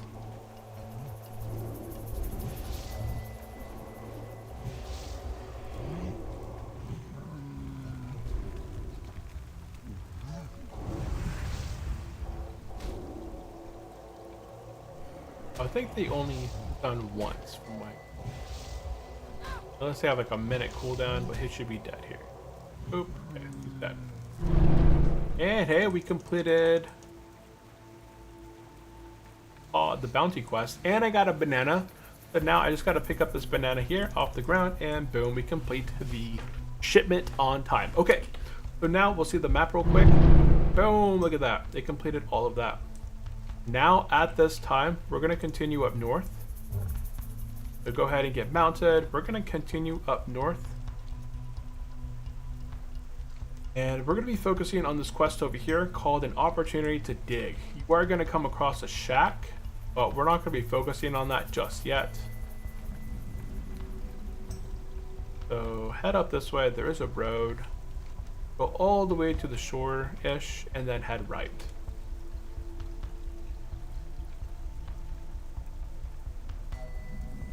There are a couple quests here.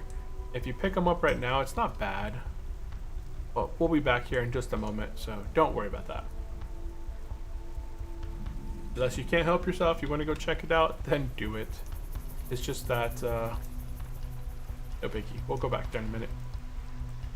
We're going to head over this way along the coast. And there's going to be an area back here with the ruins and ghosts. We're going to not only take out the ghosts for the quest, the opportunity to dig deep, but we're also going to be picking up these tablets as well. So take out the spiritual wanderers. These guys are undead. And Skittle, welcome into the stream. How are you doing, Skittle? I'm gonna go ahead and loot the tablets. There we go.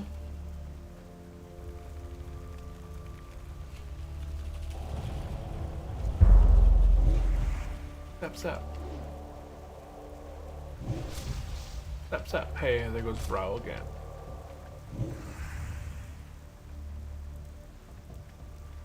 What's he picking up? Oh, he picked up the tablet. And let's see. Oh, I can't pick it up. It disappeared. Wait, how are you not aggroing? Oh, because you're invisible.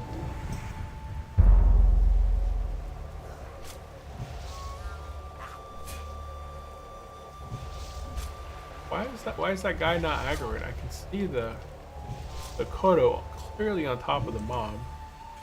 I'm gonna go ahead and get this tablet here. Yeah, this is a pretty easy quest. You just take out the undead, loot the tablets here in this area, and then you're done. Then we're gonna get back to that shack that we just saw.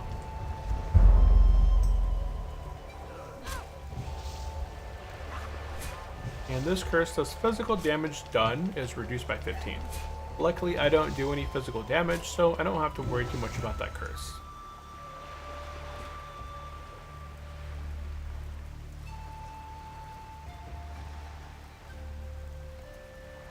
This thing.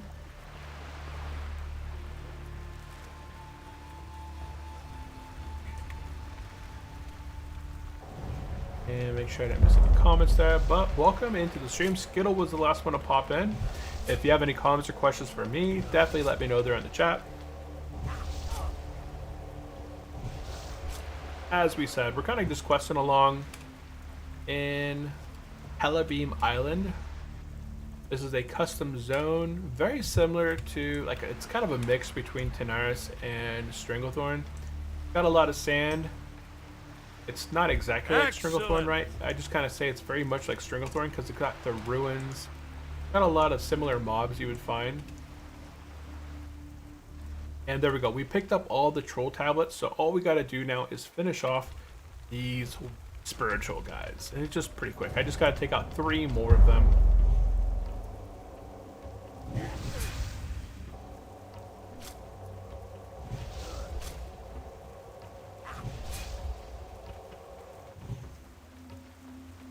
I got a Grand Crown of the Monkey.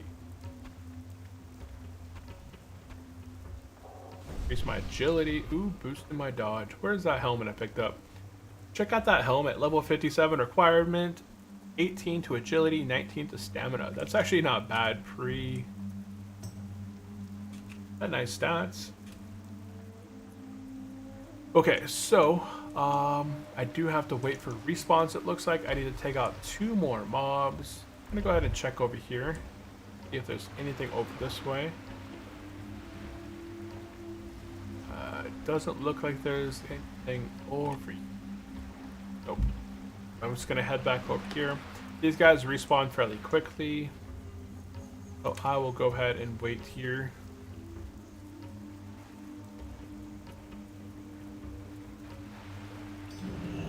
Go ahead and rebuff while I'm waiting.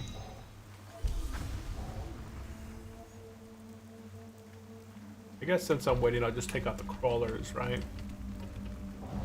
No point just kind of sitting here chilling. Time is money, friend. Time is money. That didn't get me no loot. Okay, while I'm waiting, I'm just gonna go ahead and vendor. You want to make sure you keep your ripe bananas because those are for the quest.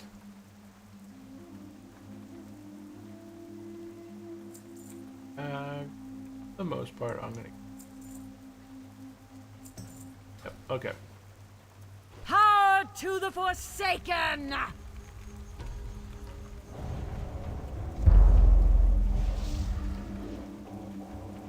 There's our last 2. He's gonna attack that one, but there should be respawning now. What? How you have? Okay, 1 more. No, uno más. It's right there. Let's go ahead and zap them. Zap.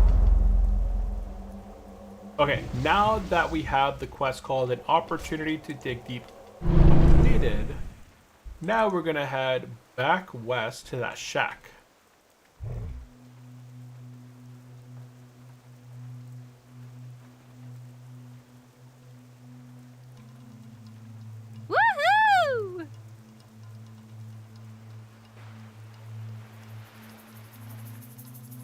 at the shack, in the house. We're gonna head into the house first. We're gonna turn in that 8 bounty quest. So inside, boop boop, you should turn in the... Keep it real. Oh.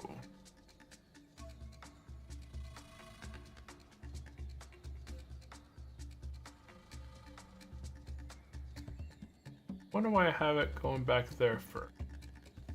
What's up? Should find the finding pixel. I think my notes are wrong.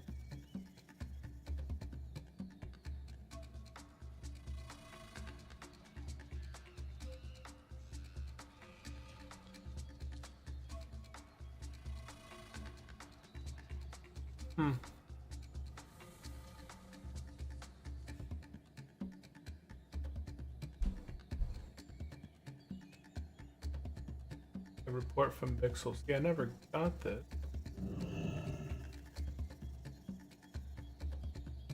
Finding Pixels is a quest that I should turn in, but I don't have it on my Pixel.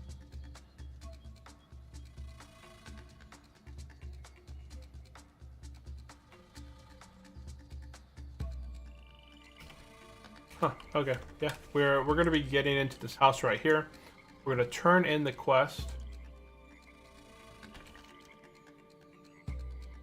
Return west to Pixel. Storehouse. Turn in finding Pixel. You should get a quest called like reporting or something. Glad I could help. Report from Pixel. So we're gonna accept the quest called report from Pixel. Real. Report from Pixel. That. Report from Pixel.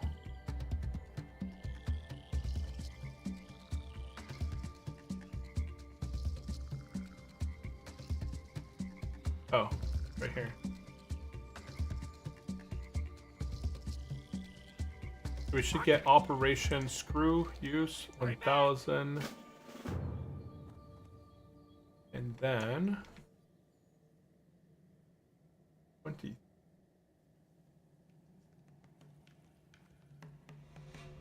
Outside, Potential customer.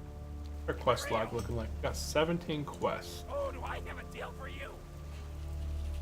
Should get the quest intercepting, but I'm pretty sure we don't need this one yet because we're gonna go.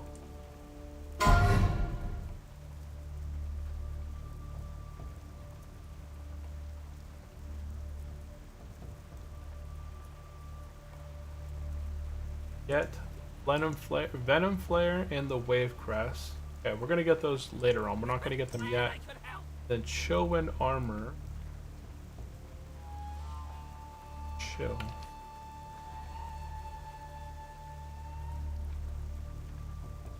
Armor. And we're gonna skip Chillwind Armor.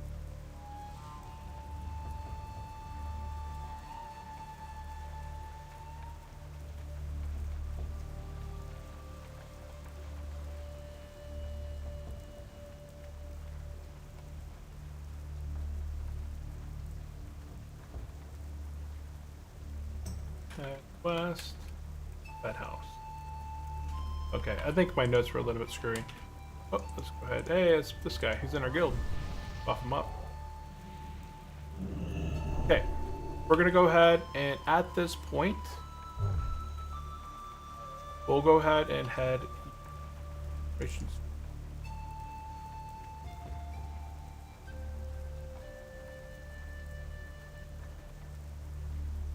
Okay, we'll do this one shortly. We're gonna head south and finish up the quest that we didn't complete called... There we go.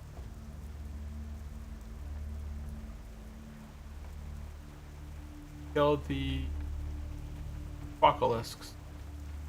Which one were we working on? The Foreign Hearts. So we're basically making our way back south to the base camp, and we're gonna turn in the. We're gonna head south and finish up the Basilisk one if we haven't finished it up yet. That's south.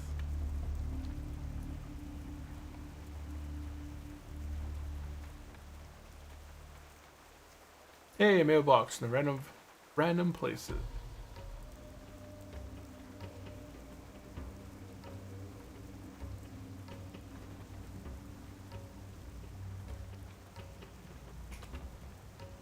South. Up. If not come. Okay, we're gonna take out these basilisks here.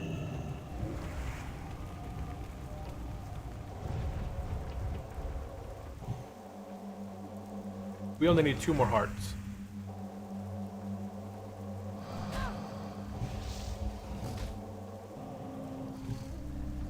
One heart.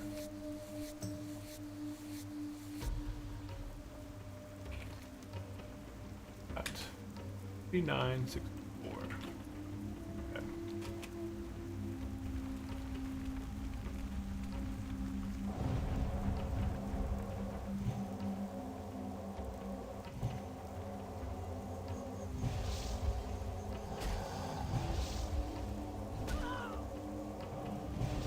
No. Oh wow, that's a longer. Usually you can LOS or like outrange that stun. Usually it's like 30-yard stun, kind of like scatter shot. That didn't seem to be the case. Rogue is a harder class, we agree. Peace out. That is not the case.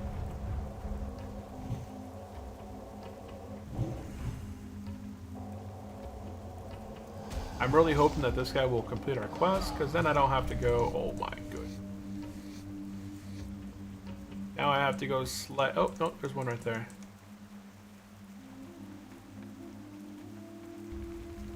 Yeah, I need to finish this quest right here, right now.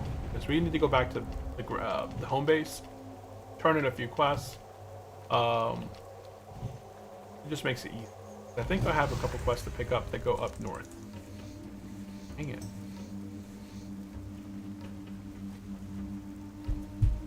We're gonna go take out these last basilisks.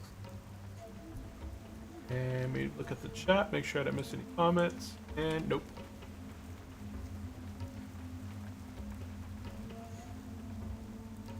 If you guys have any comments or questions, definitely let me know there in the chat.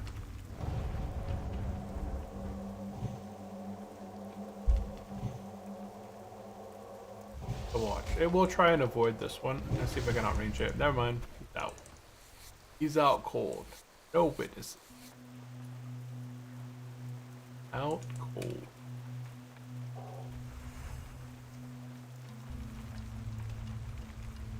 Let's see. Maybe we need another channel for trades and looking for group as hardcore. What the heck? I targeted the wrong thing yet again.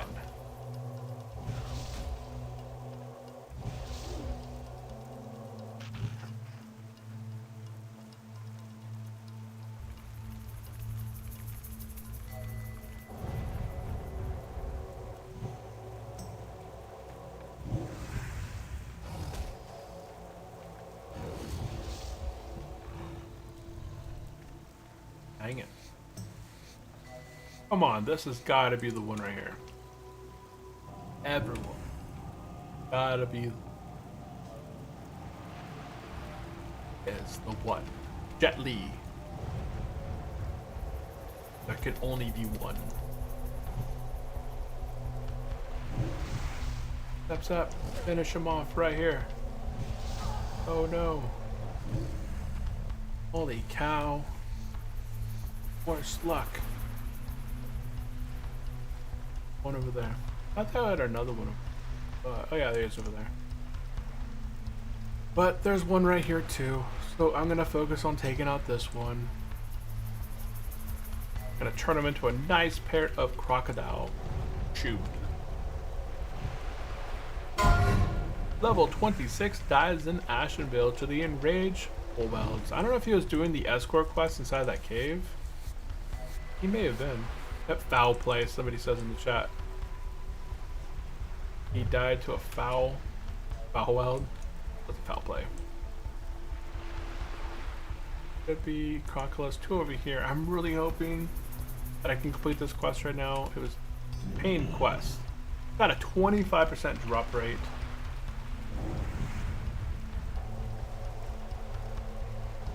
I don't know why it doesn't pop up on my tracker. Yes, quest be bugging. Okay, and there we go. We got the quest complete. We didn't have to complete this quest yet, but I just like to have it complete because I do. It's a quest we're going to turn in Fellwood. So even if you didn't complete this quest at this time, when we go down to base camp, we turn these quests in. We're going to go back up north anyways. We got a couple quests over here to collect a screw. A quest over here to get the valve. Don't tell me I should have picked up the valve there. Hold on. Yes, I should have. I should have picked up the valve. When did I have this quest? The quest I... Hold on. Wow, yeah, that was my mistake. Is that not in my notes? Nope. Fantastic. Fightful bounty and direct supplies. Opportunity, head east. No, I don't even have that in my log. When did I get this quest? The backup valve. I must have got this quest before. Head west inside the house, turn and find bricks. We'll get the operation screw fuse.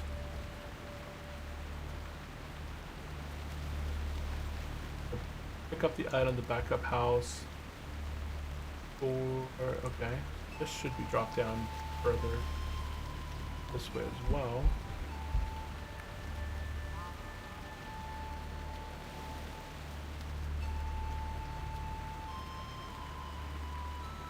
So I'm trying to do this in the order of operation, like the best. So I should have picked up the valve up here while it was up here, because I'm going to be heading back down to base camp anyways. Then I should have turned it in.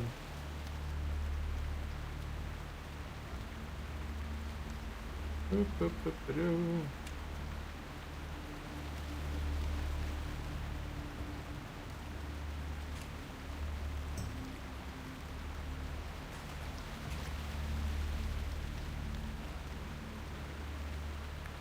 So inside of this house, on the right, there should be a crate.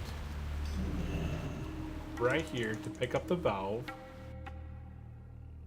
Pick up the item. Back up seal valve. Okay, now I have this. And then we head south. Push this place out of Hearth. Hearth is still Booty Bay. Besides that tiger.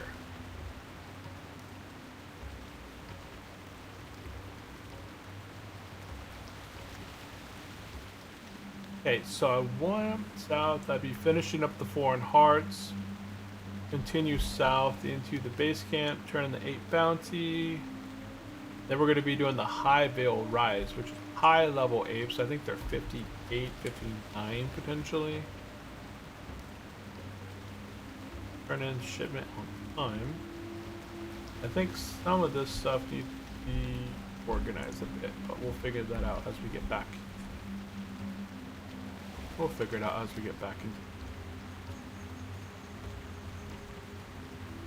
this Operation Screw Fuse. I don't think it's important. Like we'll be able to knock it out here shortly.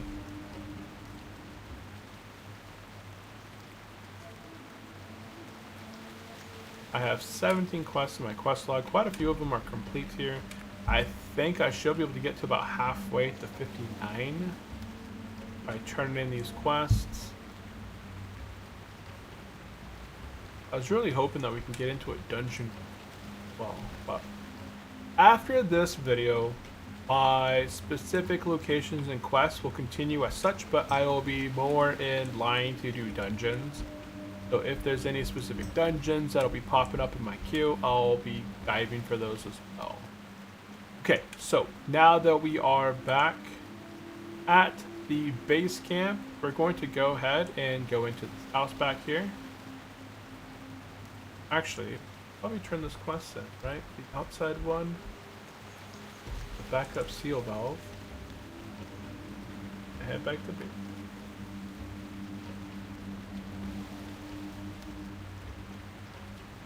Continue south. Do base camp outside, turn the seal valve. Okay.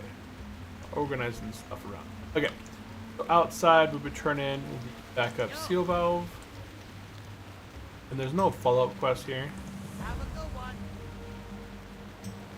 That's just a nice 2,500 experience. We go into this house. We would turn in the bounty. Time is money, friend. And Keep it real. Hey, how bright you doing? bounty. Be Would good. pick up the high veil rise. Have a good one. And then on the right, we would turn in shipment on time. This is from the house, is the report to Bixel that we got from the one in the house. We would then get the work must continue. Now this one leads to, okay, the adders. I thought I did these elsewhere, okay? And then on the other side of this house, over here, we turn in the relic flags. Yep, 5. Over here, we'll turn in flies. Keep it real. Get a ring that does 15 abilities, so completely useless to us. And then back by the flight path, we're going to turn in an opportunity to dig deep and accept the quest Elzaroth's Gold. Now this quest is one that actually pops up on my map up north. It popped up there for a second, huh? So where it... Oh, I never picked it up. Have a good one. Yeah, see, it pops up on my map up north. Okay. So there we go. We have those quests. Now at this point, For our ancestors. we're gonna go ahead and head out the gate to the east, and there's gonna be a bunch of these brush-tailed adders. These are going to be these, where are they at? These serpents over here, these brush tails. You're not gonna find them anywhere else. We're gonna do the brush tails down here, and then we'll do other ones up north. Looks like there is a bit more the brush tails ones up north. But from what I remember, I didn't see them up there.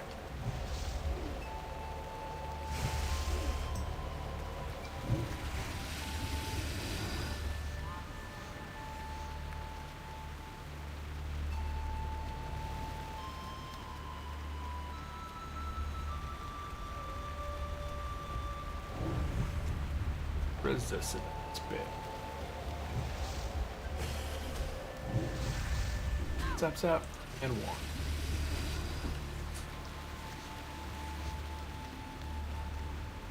We're gonna slowly go through here. This guy's trying to buy some rugged leather, 55.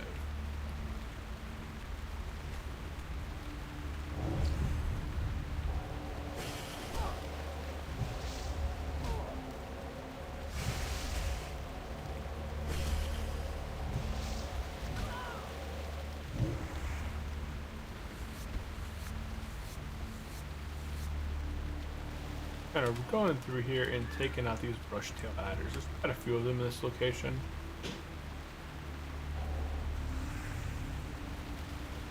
Ha ha ha! Woo!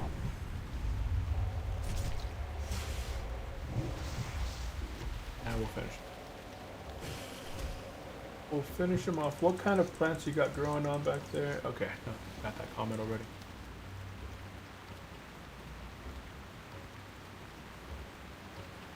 Right now, what I'm kind of doing is waiting for Spirit Tap to go underneath 10%, or 3 seconds left. That way, by the time I do my 3 seconds Holy Fire, I get my ticks off for that Spirit Tap. Kind of maximize my spirit regen.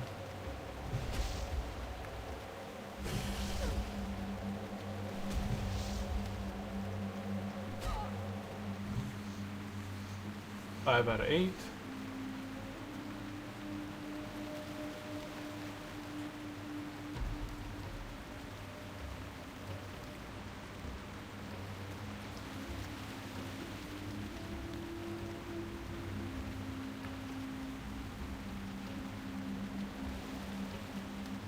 Looking for 2 more for ZF.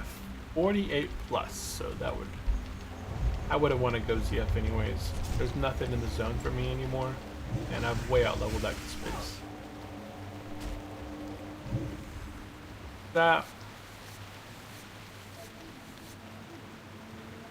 Okay, so you see one brush tail there.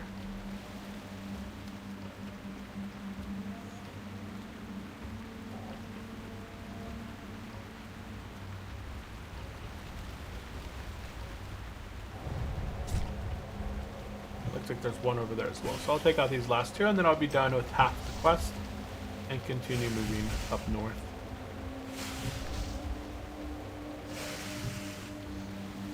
Seven out of 8. And then my last one over here for the brush tails is right here. So quick and easy, half the quest is complete.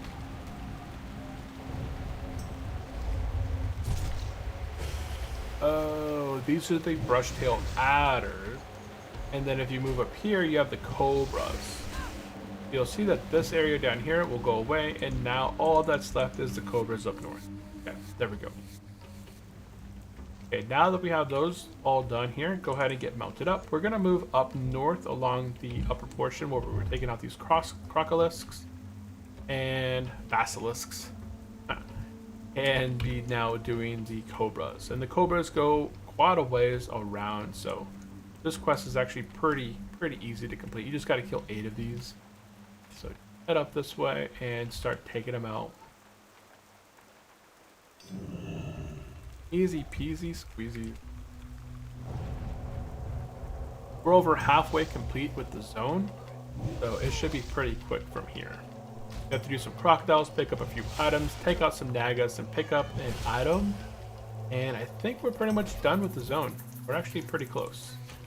I didn't expect to get a full bar of experience here, but we did get about a half a bar of experience because we did hit level 58 today. And by the time we turn everything back in, we should be roughly at over 50% of our experience to 59. The next zone that we're going to is... I think we're going back to Winter Spring after Benares. Felwood and stuff, and then Winter Spring again. Yeah, it looks like we're going potentially back to Winter Spring. The quest into Winter Spring after this place. I don't know what everybody's favorite zones are, endgame wise. I'm not really big happy with the Western Plaguelands. Like, I don't care much for the Western Plaguelands, guys. Locations, I feel like those are some of the more difficult zones you can quest in at level 58, 60.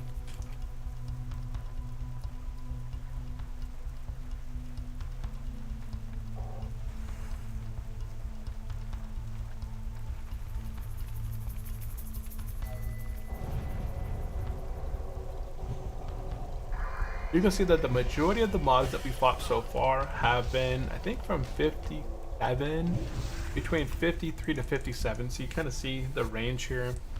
This is why I do not recommend coming to this island till you're at least 57, 58. But so far, most of the mobs that we fought have not given us too much grief.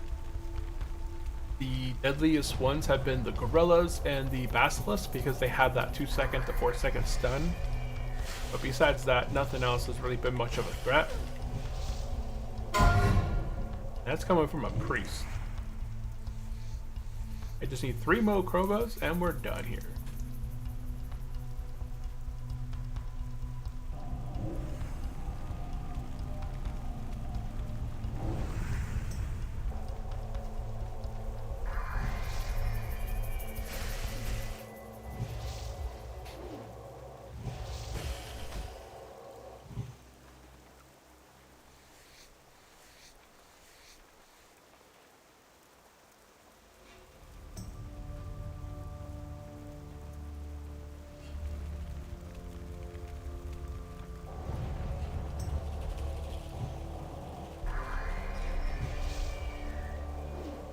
if I could get finished with Telebeam, my next episodes, my next streams will be mostly focused on trying to get arena runs going and doing at least 5 arena runs. Those will probably pop me all the way to 59 and get me some good healing gear, not tank gear, some healing gear.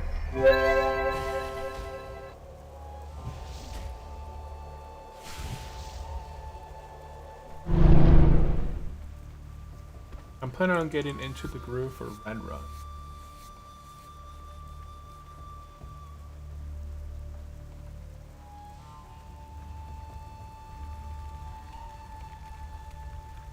If you guys have any comments or questions, definitely let me know there in the chat.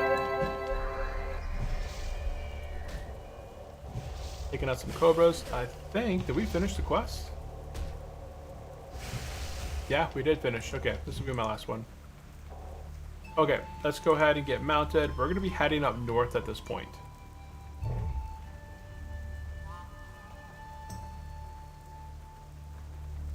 We're going to be heading up. I don't know why it's not showing up on my tracker. What is going on? All quests shown. Yeah, there it goes. Now it pops. Yeah, we're going to be going into the high rise. Now, this is going to be the most difficult portion of this island area. Is that these high veil gorillas will be 57 to 59. So most of the gorillas down here that we fought have been 55 to 57. Next ones are going to be a little bit higher, and they're going to be a little bit tougher, as you'll see here as we move our way up here to the elders. You'll see these guys are 59.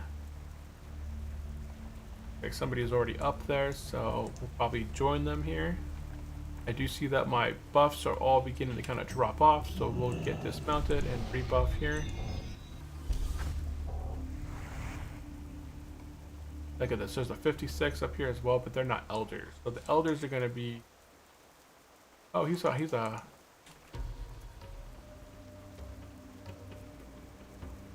Okay, we got a guildie up here as well.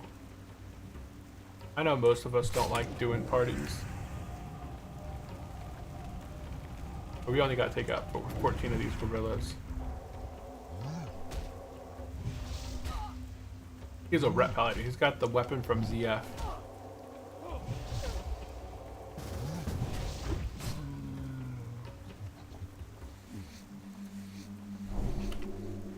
Yo, yo.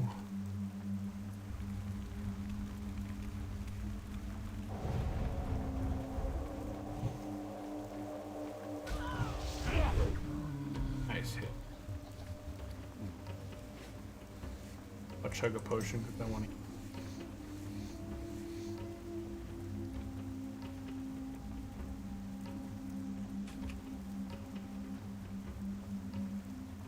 You don't want to go too far back into that cave. I've never been back there.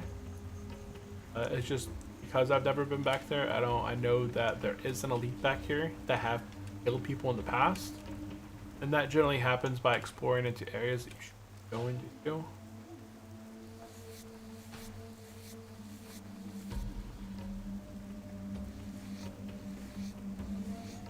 Archo.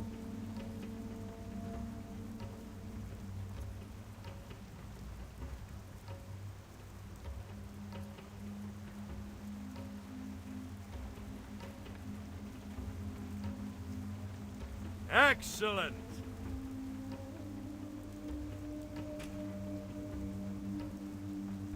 I'll take. Whoop.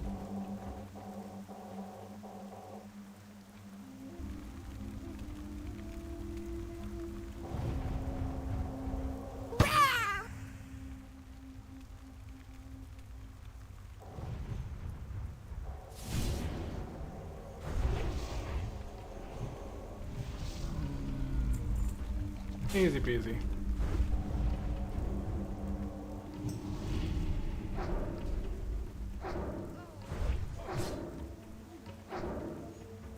Nice.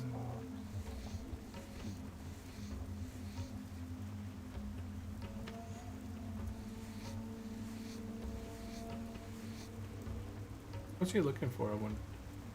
Oh, he's looking for the elder one. Where'd he go?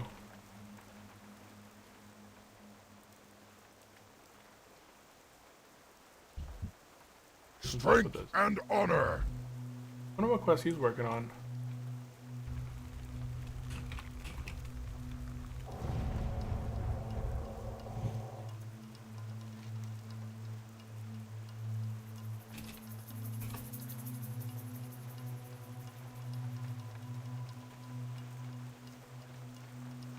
Oh, he's scrapping some flowers. Okay.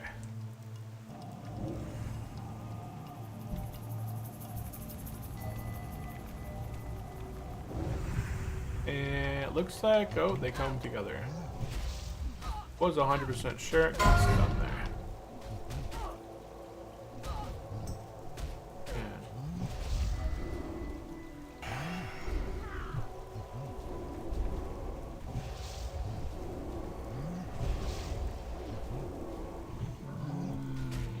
He's out of the way. I got 2 seconds. This is hardcore. Yeah, this is hardcore. Yeah, we are playing hardcore.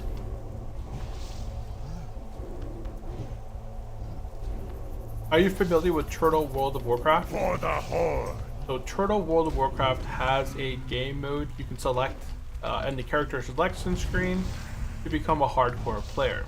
You play the game from 1 to 59 as you would a hardcore player. If you die, okay, we're good. 5, let's go heal. So here, when you're making your character selection screen, you'll have the option to become a hardcore player. Upon your death, your spirit is lost to the twisting nether, unable to ever return to the material plane. So essentially, if you die between level 1 and 59, your character is lost. At level 55, you get a letter in the mail that allows you to... I heard of Turtle yet. Yeah, heard of Turtle? At level 55, you get a letter in the mail that says, hey, if you'd like to stay hardcore at level 60, go ahead and accept this quest, turn it in the Crypts of Karazhan, and you will then be able to stay hardcore at level 60. So by completing the quest, it's a very two-step process now. At level 60, once you hit level 60, you will essentially stay hardcore at level 60.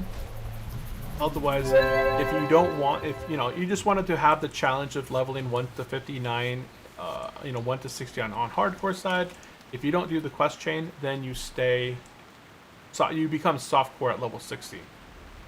We did the quest chain ourselves to stay hardcore at level 60. So we've completed the portion of the quest that makes us stay hardcore. And yeah, we are a hardcore player. And I have 4 characters that are now hardcore at this point. This will be my 4th hardcore level 60 playthrough. I have played a paladin 1 to 60 on hardcore side, a night elf hunter, a tauren druid, and now a dwarf priest 1 through 16. Obviously, I think this guy should make it. I only have 2 levels left to go. There are a few challenging packs, like even this guy. Like, you would think, as strong as you are, there's always going to be situations that you'll die from pretty easy. As strong as we feel. But yeah, Turtle World of Warcraft has many different game modes you can select on the character selection screen. And then one of them is hardcore. You can also, Come BRD runs with us.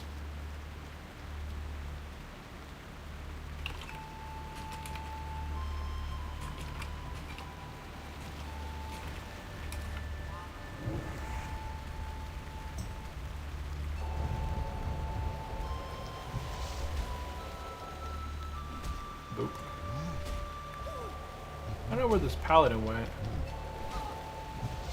Glory to the Quel'Dorei! But yeah, as I was saying, like Turtle WoW has a bunch of game modes. So I'm playing with 2 different game modes right now. I'm playing with the hardcore game mode, which is just I have a single life. The second game mode that I'm playing with is called Slow and Steady.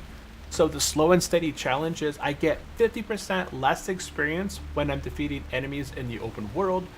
And I also lose 5% of my experience every time I die. Now, by combining the hardcore and the slow and steady experience, I don't ever die. Oh, level 46 just died inside RFD. Oh boy, hold on. Take a look at that. So there's two wipes going on right now. There's a wipe in Scarlet Monastery, and there's a wipe in RFD going on right now. Where's Manny here? Oh, he's the back up there. I'm gonna go ahead and mount to this guy. So slow and steady works really well as it works out with hardcore. I know they added like goblins and high elves as payable races also.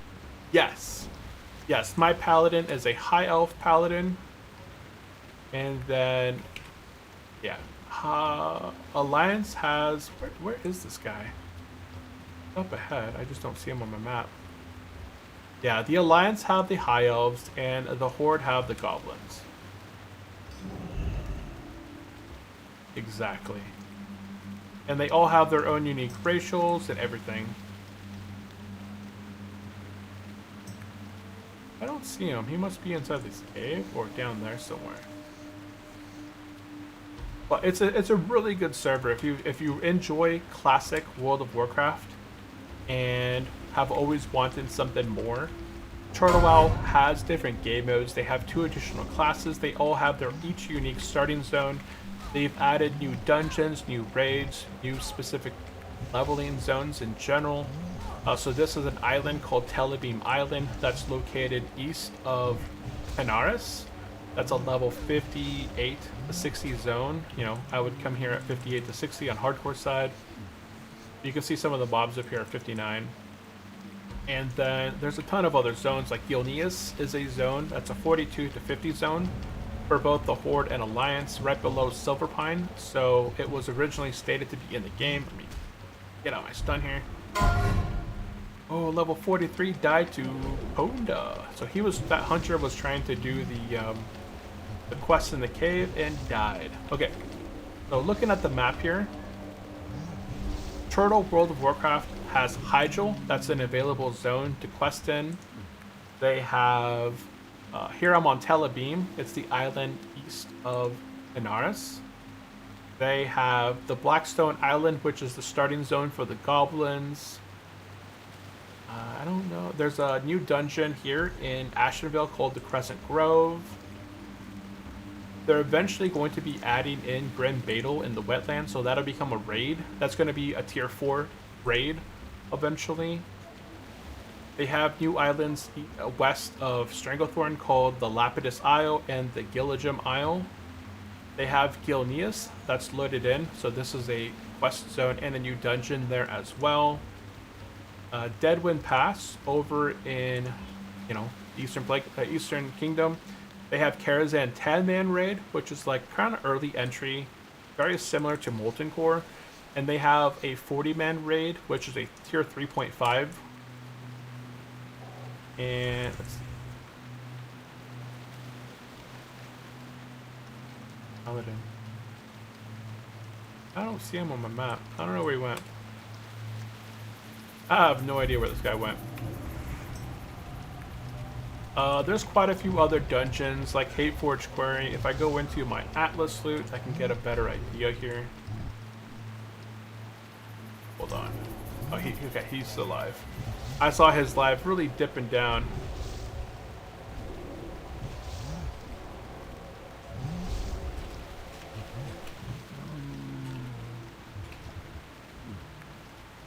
Looks cool. Yeah, it is a really cool zone. It's kind of the Classic Plus. I really enjoyed Classic. I signed up for Classic WoW in 2018 when the servers originally got launched for Classic WoW. I signed up and started playing on the Classic servers, but I had already played Classic back in 2005. When the game first came out, I started playing a Hunter and a Paladin back during that time, and I played those classes all the way up into Pandaria. From 2005 until like 2013, I played pretty heavy in the game. And then after Pandaria, I just stopped playing. I didn't like the expansions that came out after that, and I just didn't play as much anymore. And so I kind of quit, and then 2018 Classic came out. I signed up again. 2018 or 2019, I signed up again, started playing Classic, leveled I think a Hunter. I think I played a Hunter and I streamed it for a bit, and then I played a Paladin as well. And then I got to level 60 and I did a couple raids, but it was all the same. The Paladins were still broken. The stuff was still kind of messed up, right? It was Classic. Nothing was fixed. So I wanted to try something different. And Turtle WoW had, at that time, done their class changes when I was looking at Classic Plus servers. Turtle WoW had just introduced for the missing friend.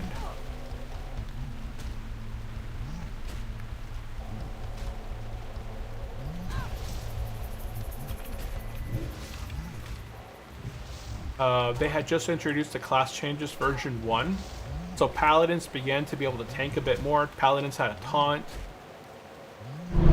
The Retribution tree got fixed up a bit as well. Like all the talents, all the trees had a little bit of differences in them, to the point where they were a little bit different than vanilla. Some of the new zones and dungeons. Are you playing on EU? I am playing on Nordadar. Yes, I am playing on EU. Yes, so I'm playing on the PvE EU server.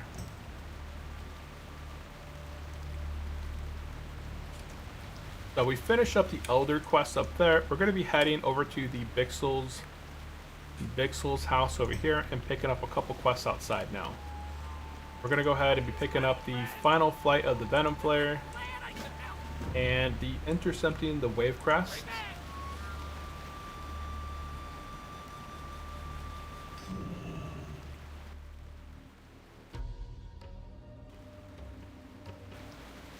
And then I'm not going to get the Chillwind armor yet. You can if you want to. It's actually not a bad thing to do. If you have the quest room for it, go ahead and grab Chillwind armor. And then we're going to head west. I wonder where this guy's at. I don't see the Paladin on my screen. Oh, he's up north. Okay, he's doing the one of the quests up there. I should join him, but I want to do this thing here. We're going to be taking out these serpents for the final flight of the Venom Flare. So I am playing on EU. I haven't played on any other server in the past. Like, I've been playing on Turtle WoW now since probably 2020, 2021. But I've been here anywhere from probably closer to 3 to 4 years, probably not 5 years. I started here right after the first version of the class changes came out. And I've had a lot of fun. I leveled my first character on the server was a mage. I got him to level 34. I never played him again. He's still sitting at level 34 as my very first character I ever made on the server. His name is unchallenged. He's just kind of sitting there because I hate mages. I'll probably end up deleting him eventually and getting that name. You know, it's reserved right now for me, but eventually I'll probably delete him. After the mage fiasco, I went ahead and leveled a paladin because they released the paladin changes, and my first paladin died at level 22. On the hardcore challenge, I was doing the quest in Westfall, had 10 mobs spawn during the quest and died. My second paladin I made, once again, he came back. I leveled him up to level 59 on slow and steady hardcore mode, and then I was tanking inside of BRD. I was doing the Anchor Forge Golem Lord, and he did some sort of a attack on me and a shock on me, like the lightning chain and a physical hit at the same time, and they happened to both crit at the same time. So me, a paladin with I was level 59 with not anywhere near dungeon level gear, I died essentially in a single hit, like in a single cooldown. That was my second paladin, I think, or my third, I don't know. But then I made another paladin, and I leveled him 1 through 60, and he became a softcore. So we're gonna go right here. There's a little thing on the ground right here. We're gonna go ahead and pick this up for the Operation Screwfuse. Boom. Okay, and we're gonna continue taking out serpents in this location. Yeah, but my third paladin, or whatever one of the paladins, I leveled him up 1 to 60, no issues. I didn't stay hardcore on him. My first ever paladin to make it to level 60, I didn't plan to stay hardcore on him, so he's still level 60. He's not hardcore. He has a couple pieces of tier 1 and tier 2, but he's not that geared. And then I had another paladin that I leveled 1 to 60. I really like paladins, as you can kind of tell. I leveled another paladin 1 to 60, but this time the Inferno had came out at that time. Inferno, which basically means that you get to stay hardcore at level 60. So I completed my very first Inferno playthrough, doing all these quest chains of events, and then I was able to stay hardcore at level 60. And then I've completed Molten Core on him, AQ20, Blackwing Lair, Anixia, and I've done like all the raids now on him. He's pretty well geared. He's got full tier 1 with tier 2 helmet and belt, I think. So he's really well geared. I got the weapon out of the Emerald Sanctum, the healing mallet. So he's pretty well decked off. He's got between, I think, around 700 to plus healing, and wears full plate. He's really high in survival. Versus the, after the changes of paladins wearing, like, being able to have really nice healing plate gear, and then wearing plate gives them healing power as well. That change was super nice for paladins. Okay, I gotta take out 6 more of these serpents, and then we're gonna be heading north.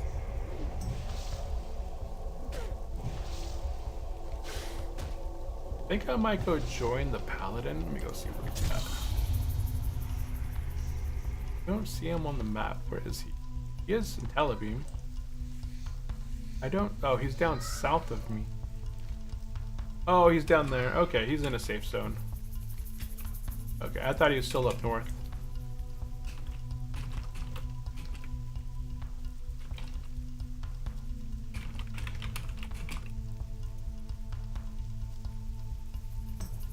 Yeah. And welcome into the stream, Professional AI. I don't think I ever said welcome in, but I do appreciate you popping in and asking a question. If you guys have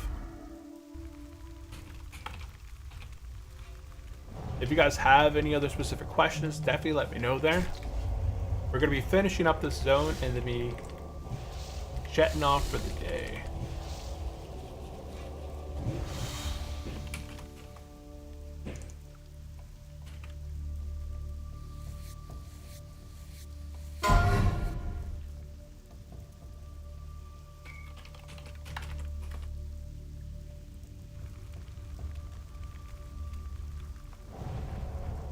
You have one too?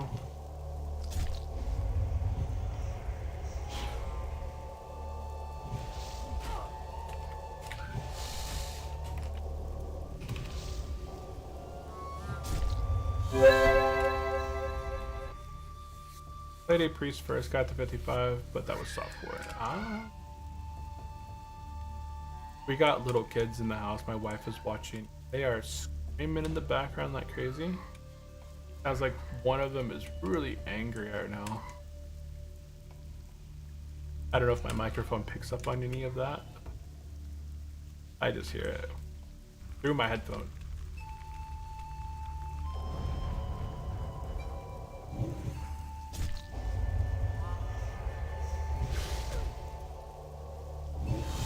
Stop. Our ancestors be praised. Okay, we got two more of these guys. Okay, so what we're going to be doing from here is essentially moving up north and turning these quests back in, and then heading up from here and doing Nagas. I'm pretty sure is the next thing we're doing. And then kind of looping around and taking out, getting some dirt, coming back down, turning quests, and we're essentially done with the zone. We probably have about less than 30 minutes of quests remaining here. And then we're going to be turning stuff in and jetting out of here. One more of these serpents. Go.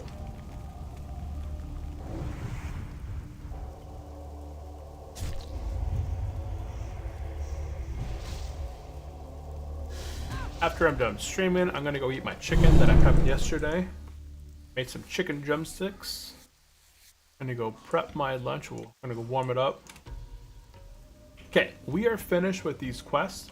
We're gonna return to the Ixel's house.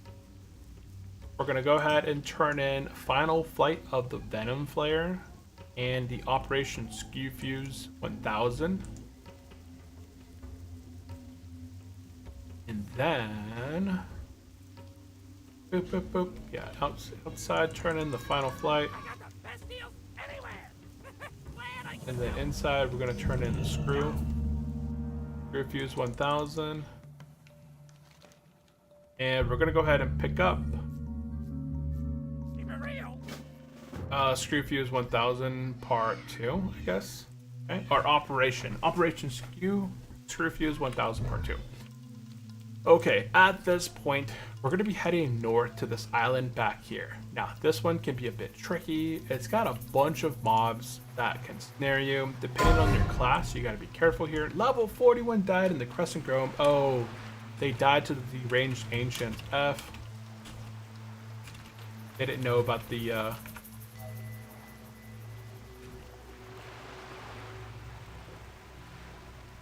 Yeah, there's been a ton of deaths today during the stream.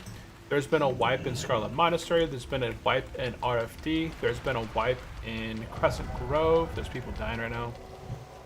What else has people died in? So he was Crescent Grove. That's just Stitches. Stitches took out somebody. We have a couple people here. That was Coda. Somebody was doing that cave in the quest. RFD, people died. There goes another one in the Crescent Grove. Yeah, they're all dying out there. It only triggers every 30 seconds of people dying. Because that's a cooldown on the slash heal. Okay, up here, all we have to do is take out any of the random guys here.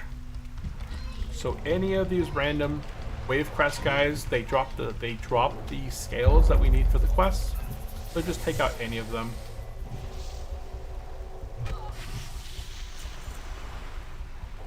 If you find the melee ones to be easier, take out the melee ones. If you find the soft, the melee guys, or the Roll Barb died.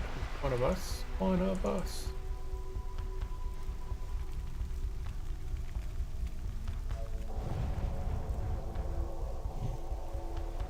Dungeons can be super tricky if you don't have the proper group, if you don't have a good leader.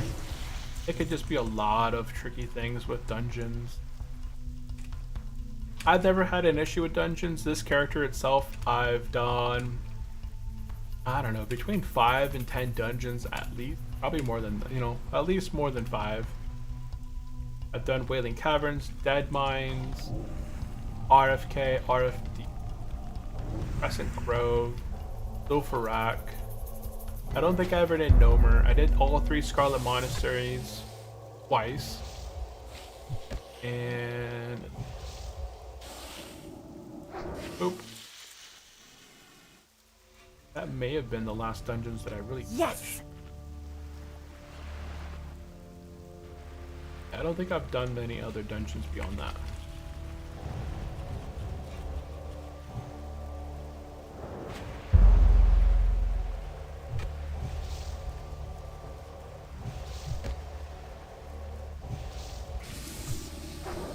Oop. Got a pattern. I'm gonna let my mana regen for a minute while I get to these other guys. So these are the melee guys over here. They're level 59. I don't have many stats for them. They do 54.8 damage. Oh, there's the elite. Oh no, he's not elite. There is an elite that looks exactly like this guy right here. He's on this backside. So if you see these crabs right here, this Makura, I have to be careful because they blend in. They don't really announce themselves very well, but there is an elite back there that looks exactly like this guy right here. We'll probably see him, maybe, as we loop around here.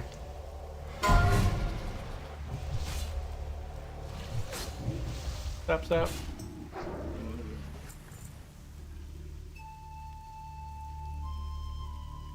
Gonna make our way up in here, up in here.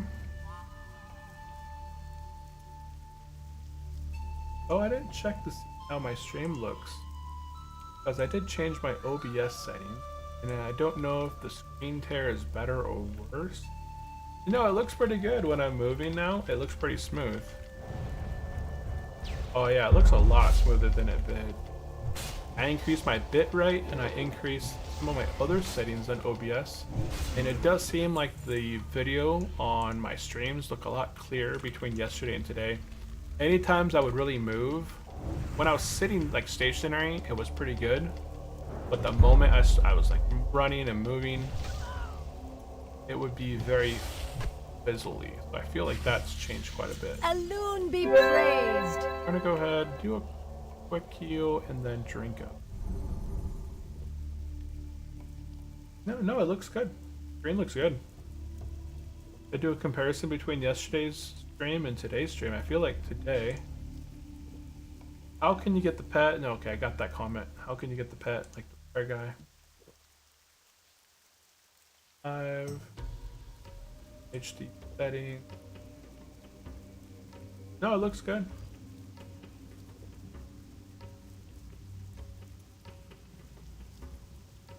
Things good for the most part.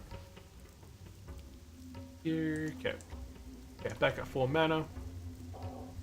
I got 2 minutes left on my cooldown, so I'm gonna go ahead and just truck through here. I got a minute left on my cooldown. Should have actually rebuffed and did drink. I didn't notice that.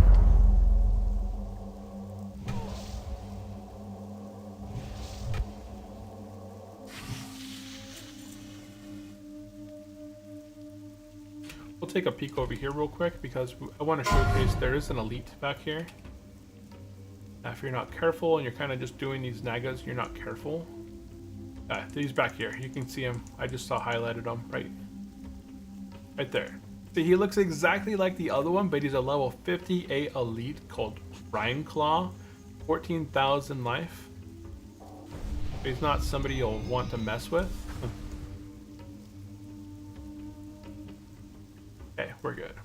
Going, we rebuffed. These guys are fairly close together.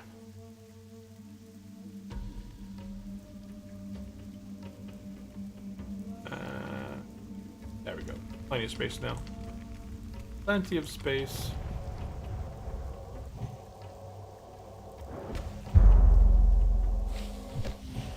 Hey, it's a bug.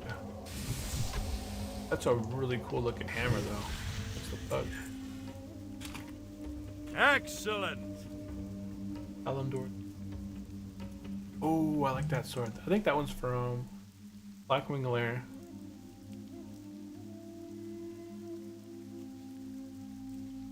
That's hey, AQ. And Slayer of the Ularathi. Okay. Let's see, we need 10 more scales, so let's go ahead and get this going. I'm really happy that these guys don't interrupt me with that frost shot. That's from, what's it called? ZG, yeah, ZG last boss. R.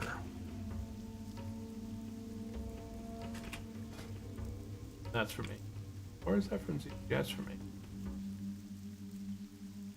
Paladin weapon.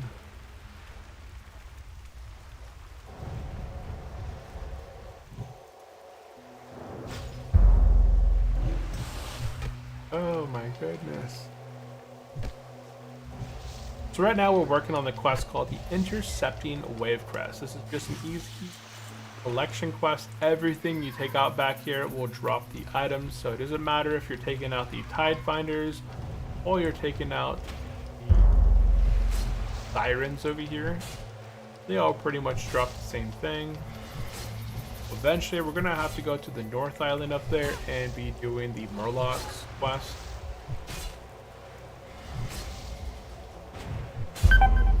Ooh, wow.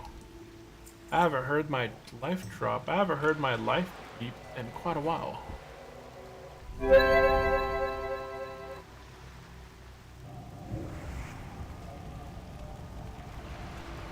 He was doing well.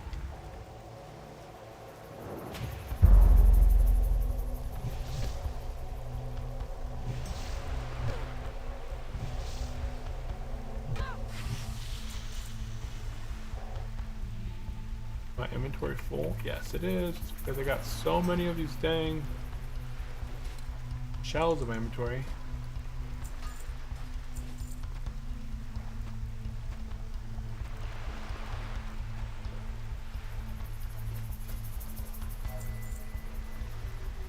Don't need that. That's soulbound. Don't need that anymore. Don't need. That's actually a really good chest piece. Nice healing. It has no stamina, but it's got nice stats. Okay, we're gonna go ahead. I only have probably like 1 or 2 more pulls before I run out of mana. Ah, this was the. Oh, I have to make wand this guy down.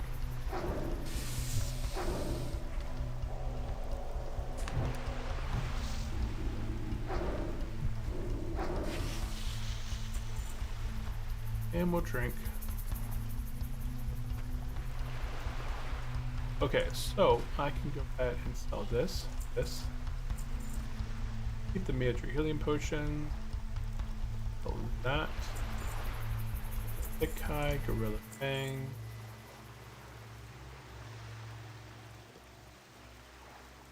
I don't think I'll really ever use it. I'll probably have something better on my rogue by the time I use it. Cut out. Quest item. Hello, power crystal. Is that from Ungoro Crater? I thought I tossed all those out. Huh.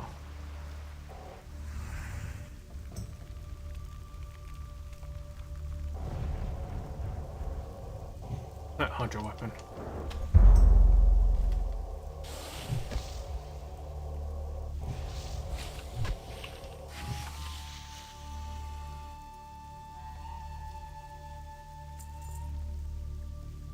I am now the group. Yeah, he logged off. Got level 59, or was already level 59, logged off. We just need 4 more of the scales.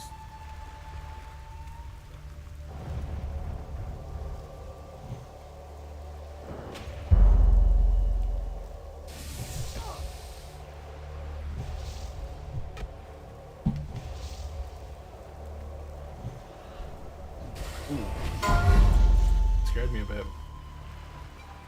I thought somebody attacked me from behind. How did we get the kill from that?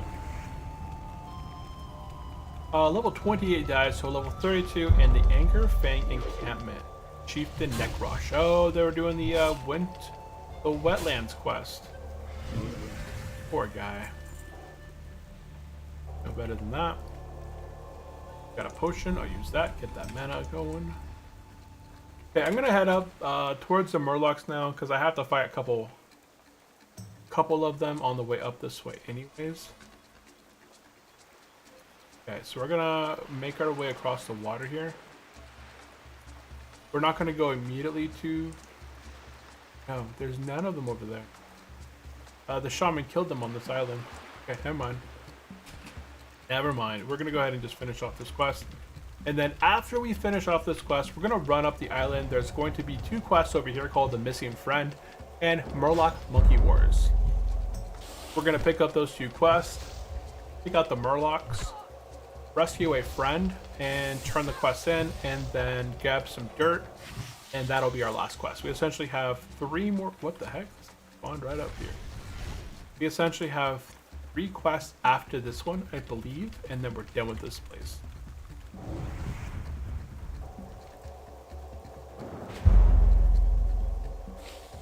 Yeah, everything else here is done. You can see the elite gorilla. I don't know if you guys have seen that right here on the right hand side. And there we go, quest complete. Okay, let's go ahead. I'm gonna go ahead and get mounted, and we're gonna make our way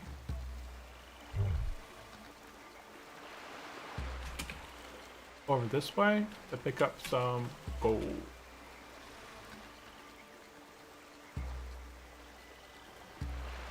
Boy.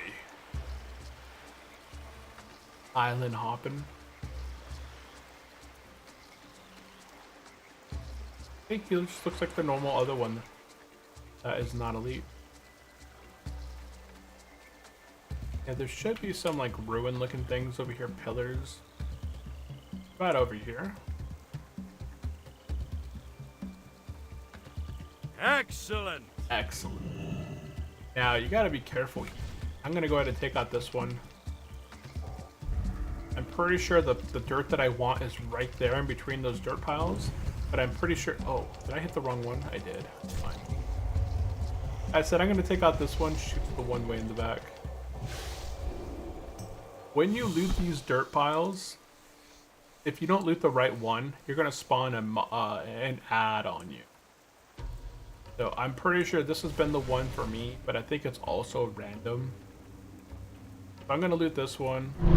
I got the quest complete, but I also have the vengeful spirit that spawned on me.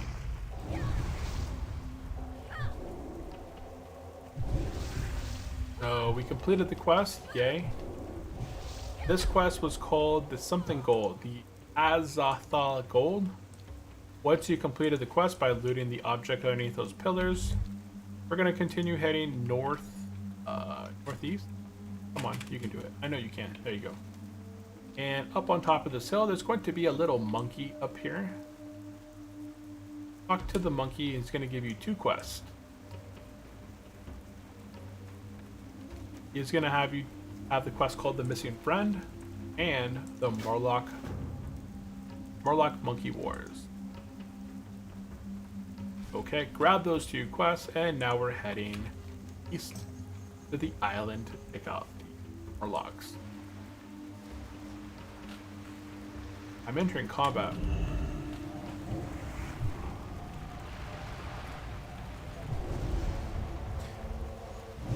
These guys are 58. Not too bad.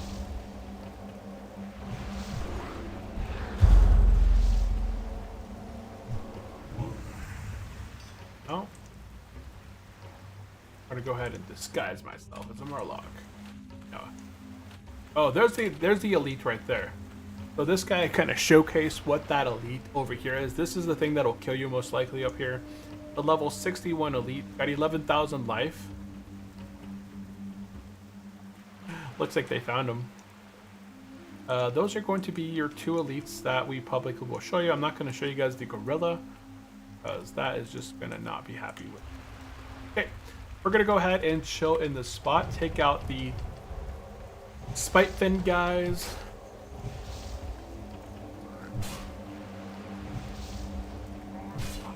We're going to be going inside this cave right here and taking out the guy that has a key, I'm pretty sure.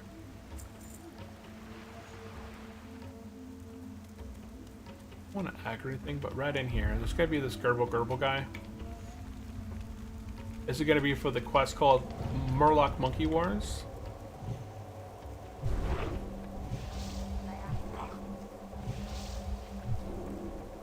What dropped down here? Other than me?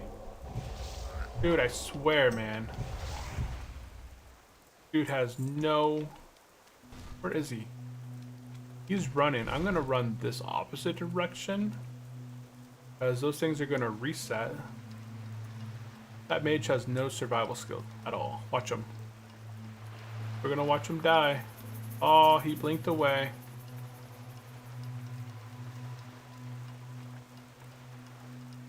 Yeah, he's gonna make it. May just have that blink that can help him in Frost Nova. I thought he was going to get Frost Nova in place and then die. But no survival skills there with the mage.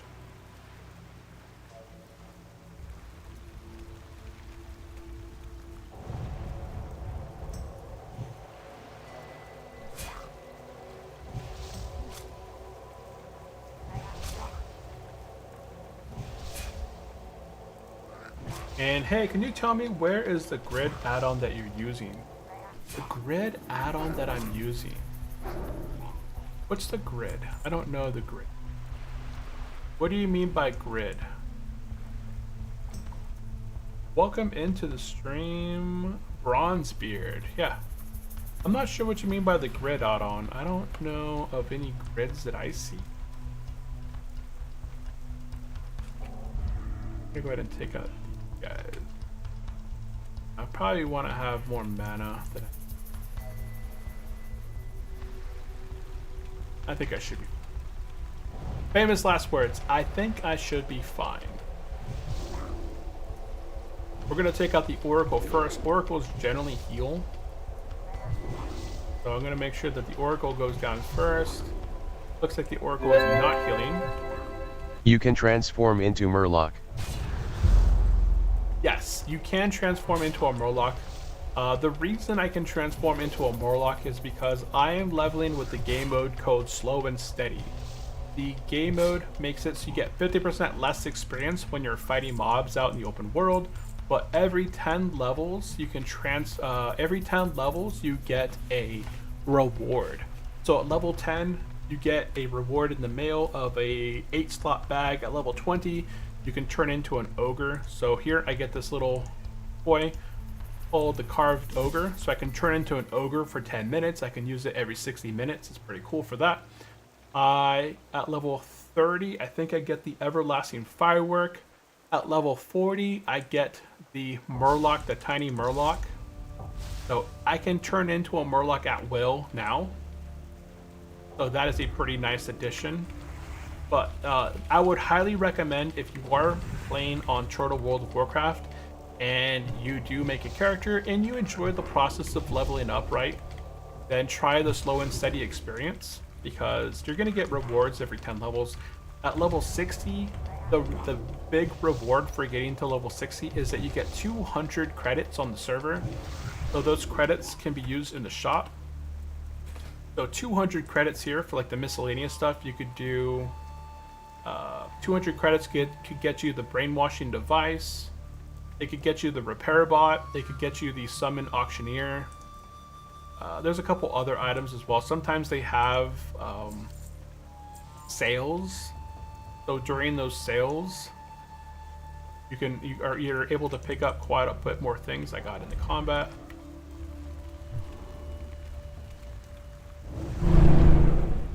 You're free. Get out of there. I don't think this guy runs, otherwise we'll be in more trouble, but we're fine. Yeah, I got 5 seconds, I'll just chill here. But yes, there are a bunch of rewards you get for playing on the Slow and Steady game mode. So it just makes sense for the hardcore player to also play with Slow and Steady, because we don't die, right? Unless you're doing something wrong. This guy's sheep did it. Yes. I will take this sheep if I can hit it. Goodness. Kamehameha. Oh my goodness, come on. It keeps line of sighting behind that. Boom, there it goes. But yeah, welcome into the stream, Lugat. Welcome into the stream. First time chatter, appreciate you popping in, asking a question. But yeah, we got that. You can transform into an ogre and a Murloc. It's completely free as well when you're doing the Slow and Steady mode. So it's just well worth it.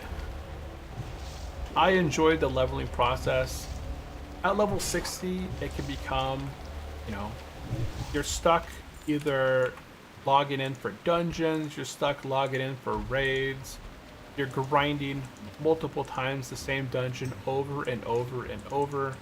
I'm that kind of player that really enjoys the leveling process myself, so I have no issue. Chill leveling, just a nice relaxing experience. You get to explore new zones. Every class is a little bit different in how they will accomplish specific areas or dungeons or quests. So I enjoy the leveling experience myself. I'm gonna go ahead and I think I should be fine to. I'm gonna go ahead and wait a few seconds for the spirit tap. But Bronzebeard, I still don't know the question of the grid add-on that I'm using, because I don't know of grids that show up on my screen. Maybe you're talking about my UI for my players. If you're talking about the player UI, then I'm using Luna frames for that. I'm gonna go ahead and drink. Yeah, Luna frame, I can do /Luna config. And you can see here, these are the options for the Luna. I can adjust where I want the placement of my character, my enemy, my focus target, my focus target, and the raid icons. I moved the raid icons kind of in the middle of the screen because they show up for my party, both, and for the raid when I am doing the horizontal stream and the vertical stream.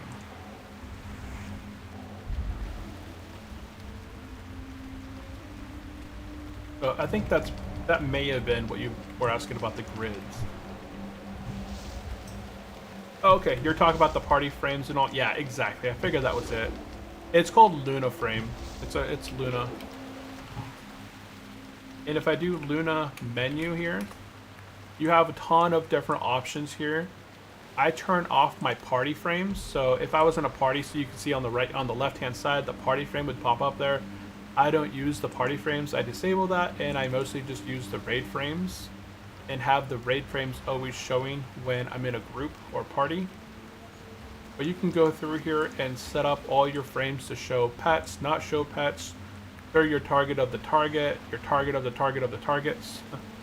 So if I'm targeting somebody, it'll show up here. So I'm targeting myself, Undying 4. So Undying 4 is targeting Undying 4. Outstanding! So if I'm healing a tank and I'm trying to monitor like the raid boss, I can also monitor that.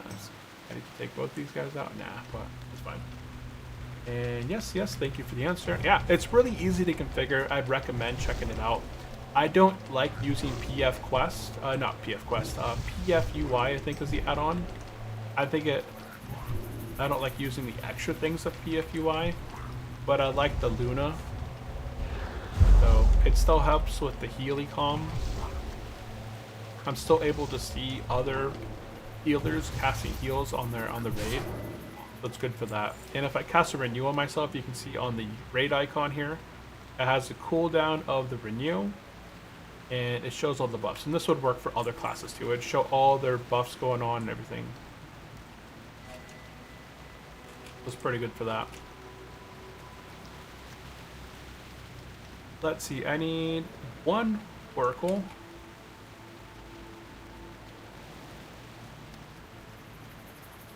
And I need a bunch of these Wave Creeper. I'm gonna go ahead and take out this. Look at this. Oh, he's running. Oh, the priests helped him out. It doesn't have the party frames. It does have the party frames, but I have it disabled. Oh, you're using the Shagu one. Yeah, I have Shagu, the advanced Shagu. Yeah, but I don't know. I've tried them before. I have Shagu, the advanced, where you can move the. Oh, somebody died, but he ran away. Yeah, Mage ran away.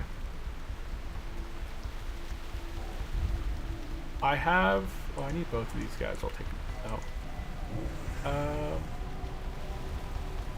think I should have been on that. Oh, I only pulled one. Nice. Yeah, Shagu's pretty good for moving icons around the screen if you're not using Luna. If you are using Luna, it can do all of that itself.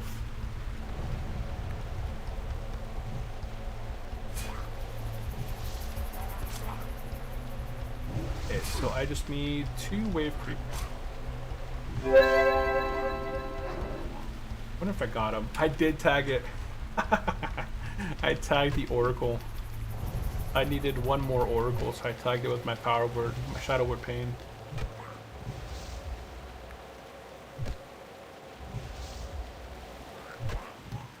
There we go. Now I just need one more Wave Creeper. One more Wave Creeper. While I'm waiting for stuff to respawn, I'll go ahead and drink.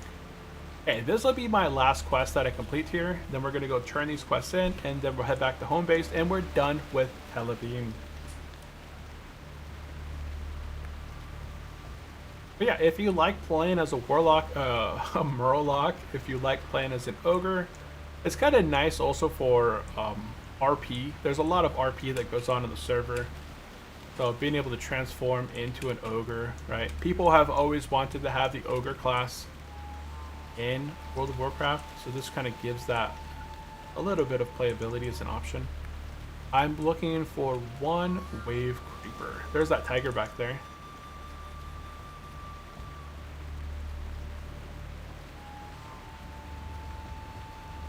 And let's take Are you streaming other than YouTube? I am streaming to YouTube horizontal, to YouTube vertical, and over to Twitch. I've tried streaming to Facebook in the past, and I've tried streaming to, what's it called? What's the other platform? Kick? Well, I don't, Facebook stopped. I think the streaming platform died. They were really paying their creators over there back in like 2020 during the whole sickness going on. They were paying creators to come over to their platform and stream on their platform exclusively. So I did that for a short time and kind of left my YouTube channel sit for a while.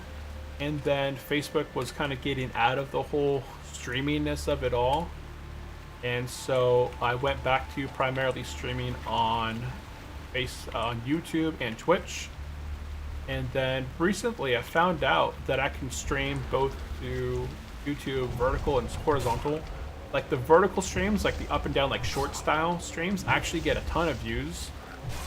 So it brings in a lot of viewers to just check out the content. If they're interested in hardcore World of Warcraft content, then they usually stick around and they check out the long form content, because the long form is able to, you're able to see it a lot easier. If you're watching the videos kind of like it's a play guide, then you'll want to watch them from a certain step to kind of catch up with the series. But yeah, I'm streaming to 3 different things right now. I'm streaming on YouTube twice. I'm entering combat. And I'm streaming over the Twitch. I don't bother with Kick or with Facebook.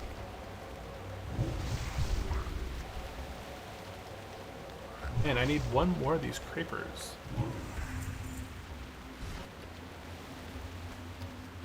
I'm gonna hang out over here and look for one more of these.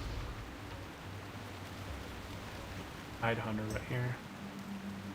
Unless I can get a creeper over here.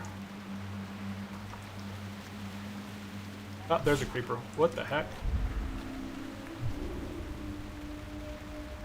I wonder if he's going for it. Yeah, he's going for the creeper.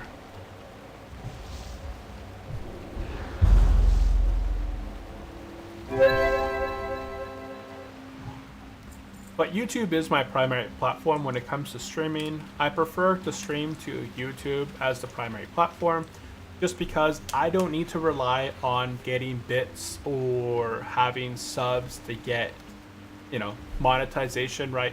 If you're streaming on Twitch, you gotta ask for subs, and you gotta ask, for Prime subs or regular subs, and ask for bits to kind of get paid. On YouTube, depending on the amount of views, right, per 1,000 views, I make some amount of income from that. And I'm just trying to scale the YouTube side, because I hadn't streamed in about a year and a half. I stopped streaming back in there's my last creeper. I stopped streaming in late 2023, and I didn't stream again until last month. And I just started streaming up again.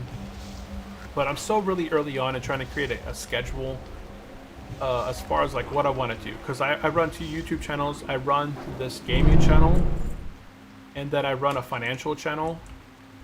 And my financial channel, it was making several $100s per month. And then I had stopped creating content on that channel for probably 2 years. And it lasted for quite a while, being monetized. But when you don't make content on YouTube for over a year, it really falls off in terms of views. Like, YouTube really doesn't push it. So my other channel became unmonetized. Yeah, YouTube has a lot of ads. Twitch has a ton of ads too if you don't pay for the Prime.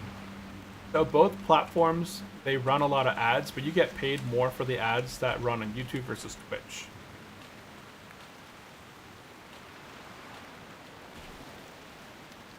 I think the gaming, like this channel runs, yeah, there's ads. And you can always pay for the channel, like you can pay for YouTube, what's it called? YouTube Prime or something like that, and it gets rid of all the ads on people's channels.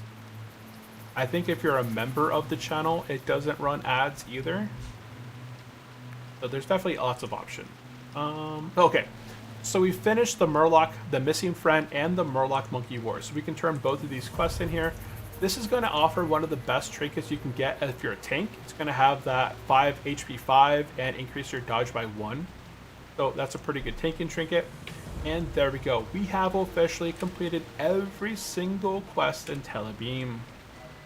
And now we're going to go ahead back to home base and we're going to turn in our last quest here. You can kind of see.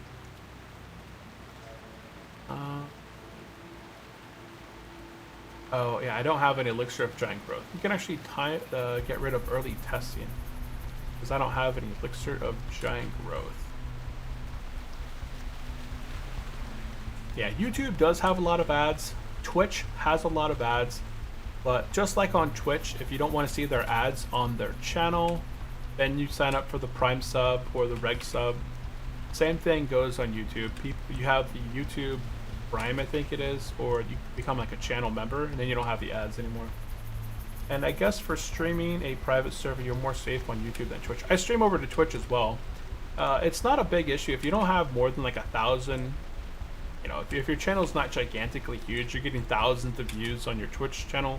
Like over on Twitch, I think the max I've had is about 14. Right now, there's only 3 over on Twitch. So Twitch is a very small platform for me. I got about 200 followers on Twitch because it was the last platform that I really started on, besides Kick. I started on Twitch after Facebook. So I was streaming on YouTube and Facebook for a while. And then I started streaming on YouTube and Twitch after I stopped streaming on Facebook. And then I streamed on Kick for a while, but I didn't see any benefit there, so I kind of stopped that. But now I'm kind of getting back into the groove of it all. Everything fell off. All my buffs fell off.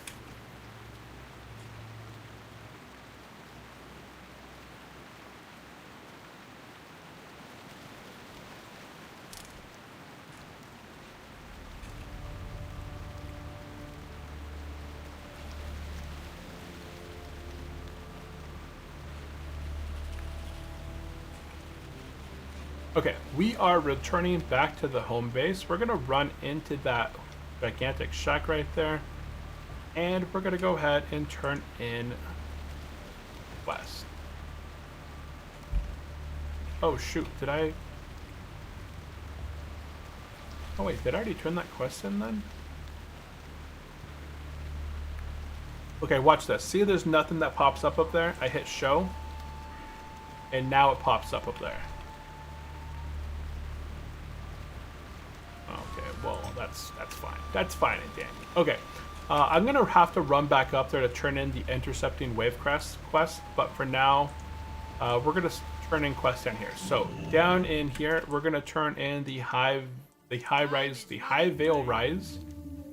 Pick up whatever potions you're low on. I don't have very many mana potions. And then on the right, turn in a work. The work must continue. Pick items that have been beneficial for you or sell for the most. That is a really nice armor. Damage and healing by 14, 6 stamina, 17 intellect. I'm gonna go with that. Hurry back! And then near the flight path, we're gonna turn in the quest called Azaloth. Oh. Now, at this time, that was 5 gold right there. I got 5 gold for completing that quest. That's a lot of gold.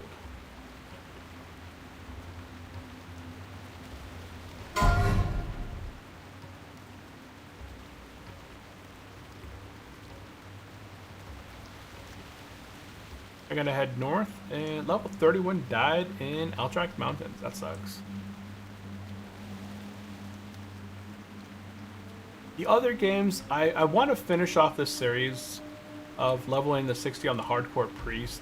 I would like to start up a series playing The Forest and Sons of the Forest. It's kind of like I used to stream a lot of Minecraft.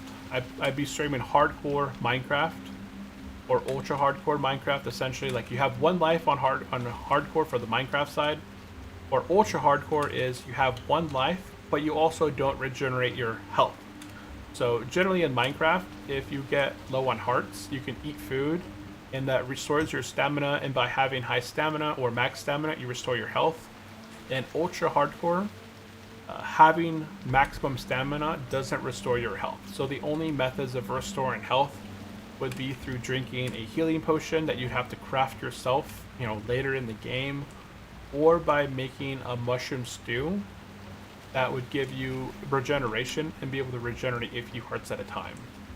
So I used to play hardcore challenge modes on the Minecraft side. I did a little bit of hardcore Diablo 2 and Diablo 3, I think, a long time ago as well. Some other games that I enjoy streaming are The Forest, and I had another one I bought called Sons of the Forest. Ooh, level 42 dies in Desolate, man. Do an F in the chat. Hey. Okay, we're back down here where we should have been. We're going to turn in the Intercepting Wavecrest. Ooh, nice pants. 24 to healing, 14 stamina. I will pick those up.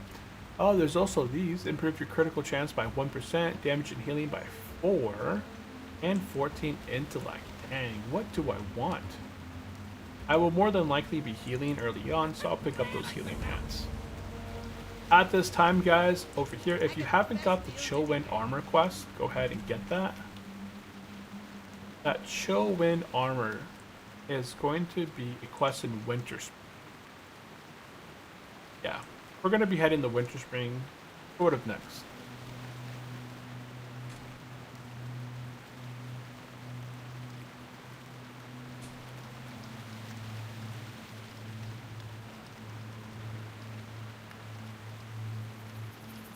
Did I miss anything? Make sure I didn't miss anything. When we get back to the home base, we're going to be taking the flight path back to Gadget Sand. I really want to come down in here, but I saw that there was a bunch of apes. There we go, dodge them all.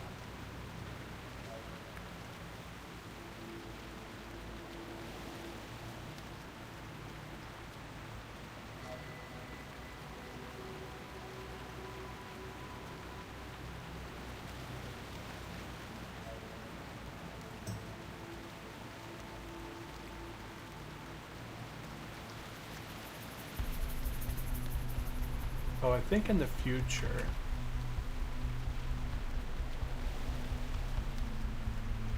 yeah, just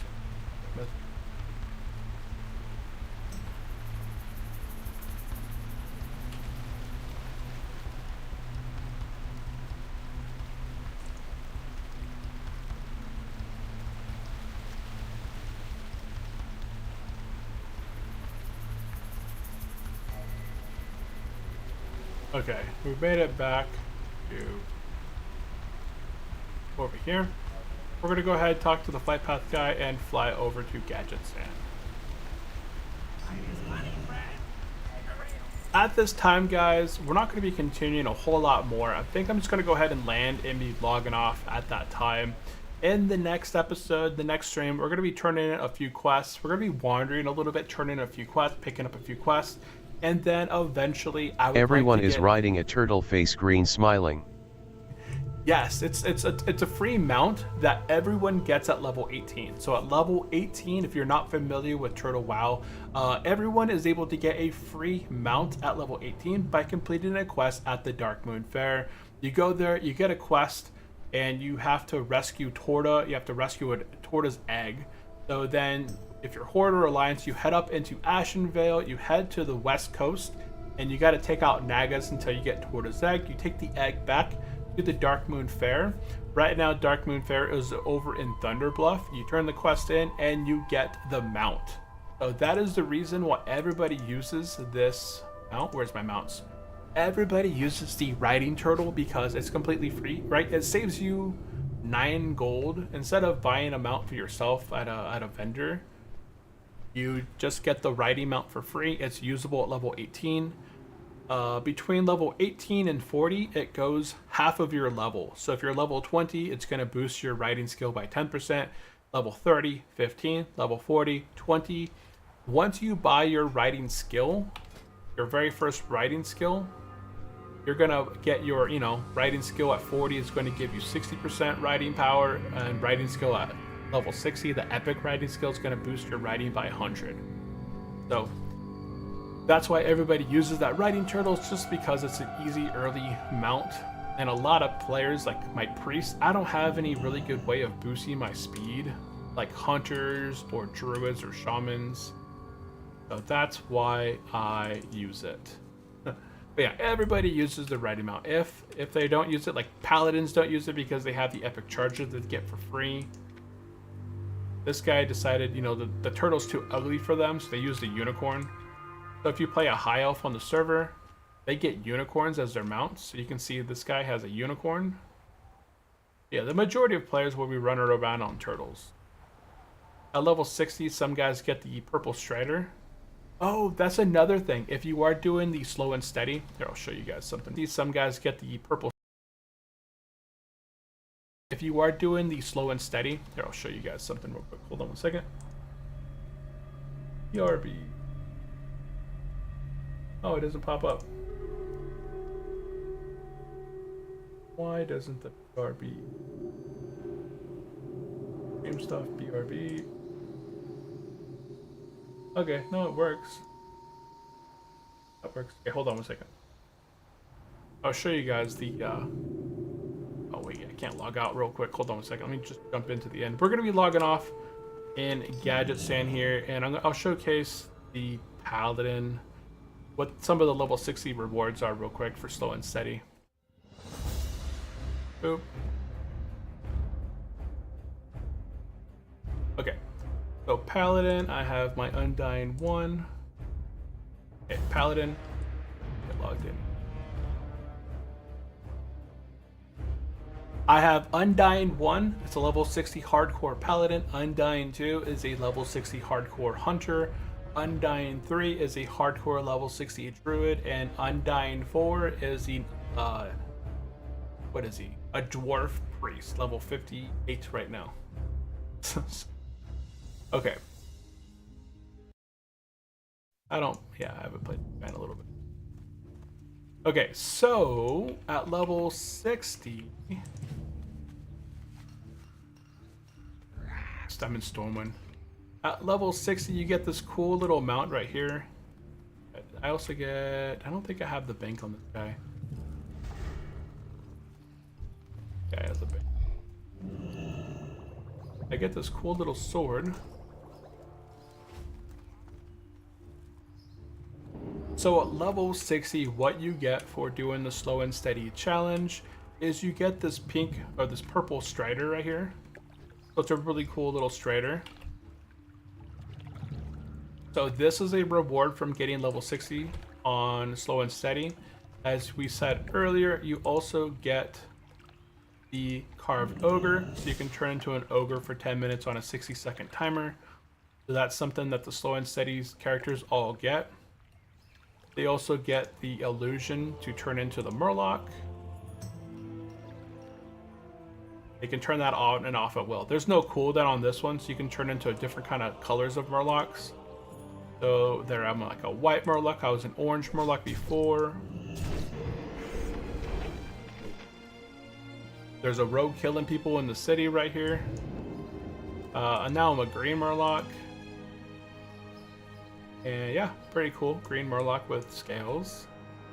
And the other thing that we get is the Sword of 1,000 Truths. I can put this on me and it tells me a joke in the chat. But it looks really cool. The unfortunate thing about getting this item is that the Sword of 1,000 Truths, it's not a transmoggable item, which is one of the main reasons that I leveled slow and steady on my Paladin initially, was that this sword looks super cool. It reminds me of a book called The Sword of Truth, because, you know, it's a sword, it helps, it's like for a war wizard. This guy, he died to the rogue. But here, if I click on the item, it just says a little joke in the chat. So it says, "Did you know gnomes make the best shoes? The hard part is the getting South your Park foot sword, nice. in their tiny mouths." The South Park, yeah, South Park. Yep, the South Park sword. I don't know if you guys can see that in the other stream. Undock it and move it over. So if you guys are watching this in the short stream, vertical stream, So anytime I use the cooldown here, it just tells a little. It just says sort of 1,000 truths. Did you know gnomes make the best shoes?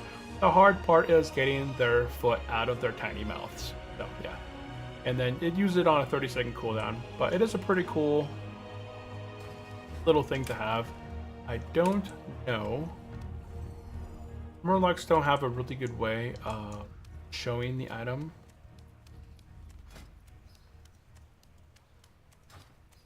I'm in holy spec. Probably not a good idea for this, but it's fine.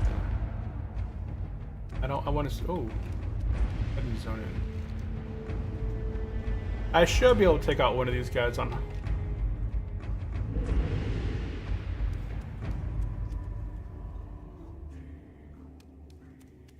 Oh yeah, see, there it goes.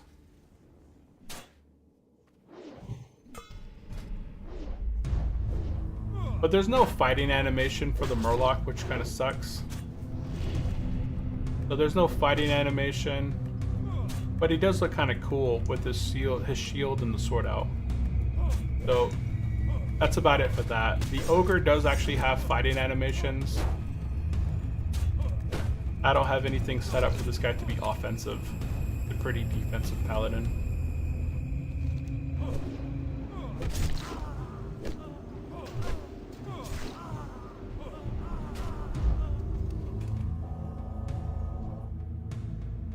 Nice. But yeah, that is the paladin there. Yeah, his gear is all tier 2. Got tier 2 helmet and belt. And then the rest of his pieces, he's got the Lawbringer set. So he's got the full shoulders, chest, bracers, gloves, pants, boots. And normally I'm using the mallet from Crescent Grove. So I got the Jadestone mallet from Crescent Grove. And this guy's suited up. He's got 618 to plus healing. He's mostly just a flash of light paladin. That's what he is. He's just a heal it in. But that is it for the Murloc guy. If I can't mount up as the illusionist either. Yeah, that's the hardcore paladin. So that is going to be it for today's video, guys. That's going to be the end of the stream. We actually went a bit over because I really wanted to finish up the Telebeam area. In the next video, in the next series, we're going to be continuing. Let me go ahead and fix the screen there. Boop, back in the middle place. Yeah, so in the next adventure, we got the hunter here. We're going to be continuing our adventure on our level 58 hardcore priest. We should hit level 59 in the next episode. Looking forward to that. I'm also going to be trying to do some BRD arena runs to get the ring, the shoulders. There's a few other items in there as well that are very nice for the priest early on. Just a really early way to get geared really quickly. If I can knock out 5 arena BRD runs, that could potentially get me 59 right there in itself. I would also like to do some lower Blackrock Spire, getting my my MC attunement and all that done as well. So that is going to be it for me, guys. We'll do a couple shout outs. I'm really sorry if I forget anybody. There's quite a few of you guys out there. But we'll start off at the top. So we had Patrick popping in to the YouTube side saying hello. We had Win, we had Luca, we had Luca. We also had Tiger Morph, we had Jay Wright, we had Kristen, Randy, we had Skittle, we had Lugat, we had Professional AI, all hanging out in the stream, and I believe that was it towards the very end of the stream. So if I missed anybody, which Snow Chicken God also popped in, and Presumed Dispatch over on the Twitch side popping in as well. So those are the last ones. So big shout out to you guys for popping in, hanging out, saying something in the chat. And that is going to be the end of this episode. If you guys have any questions for me, let me know down in the comment section below of the video after it's done. And I will be back on Thursday streaming once again. If you guys are interested, definitely subscribe and follow along, because I'll go ahead and schedule that stream. Okay, that's it for me. Thank you all for tuning in. I will catch you guys in the next one. Bye bye.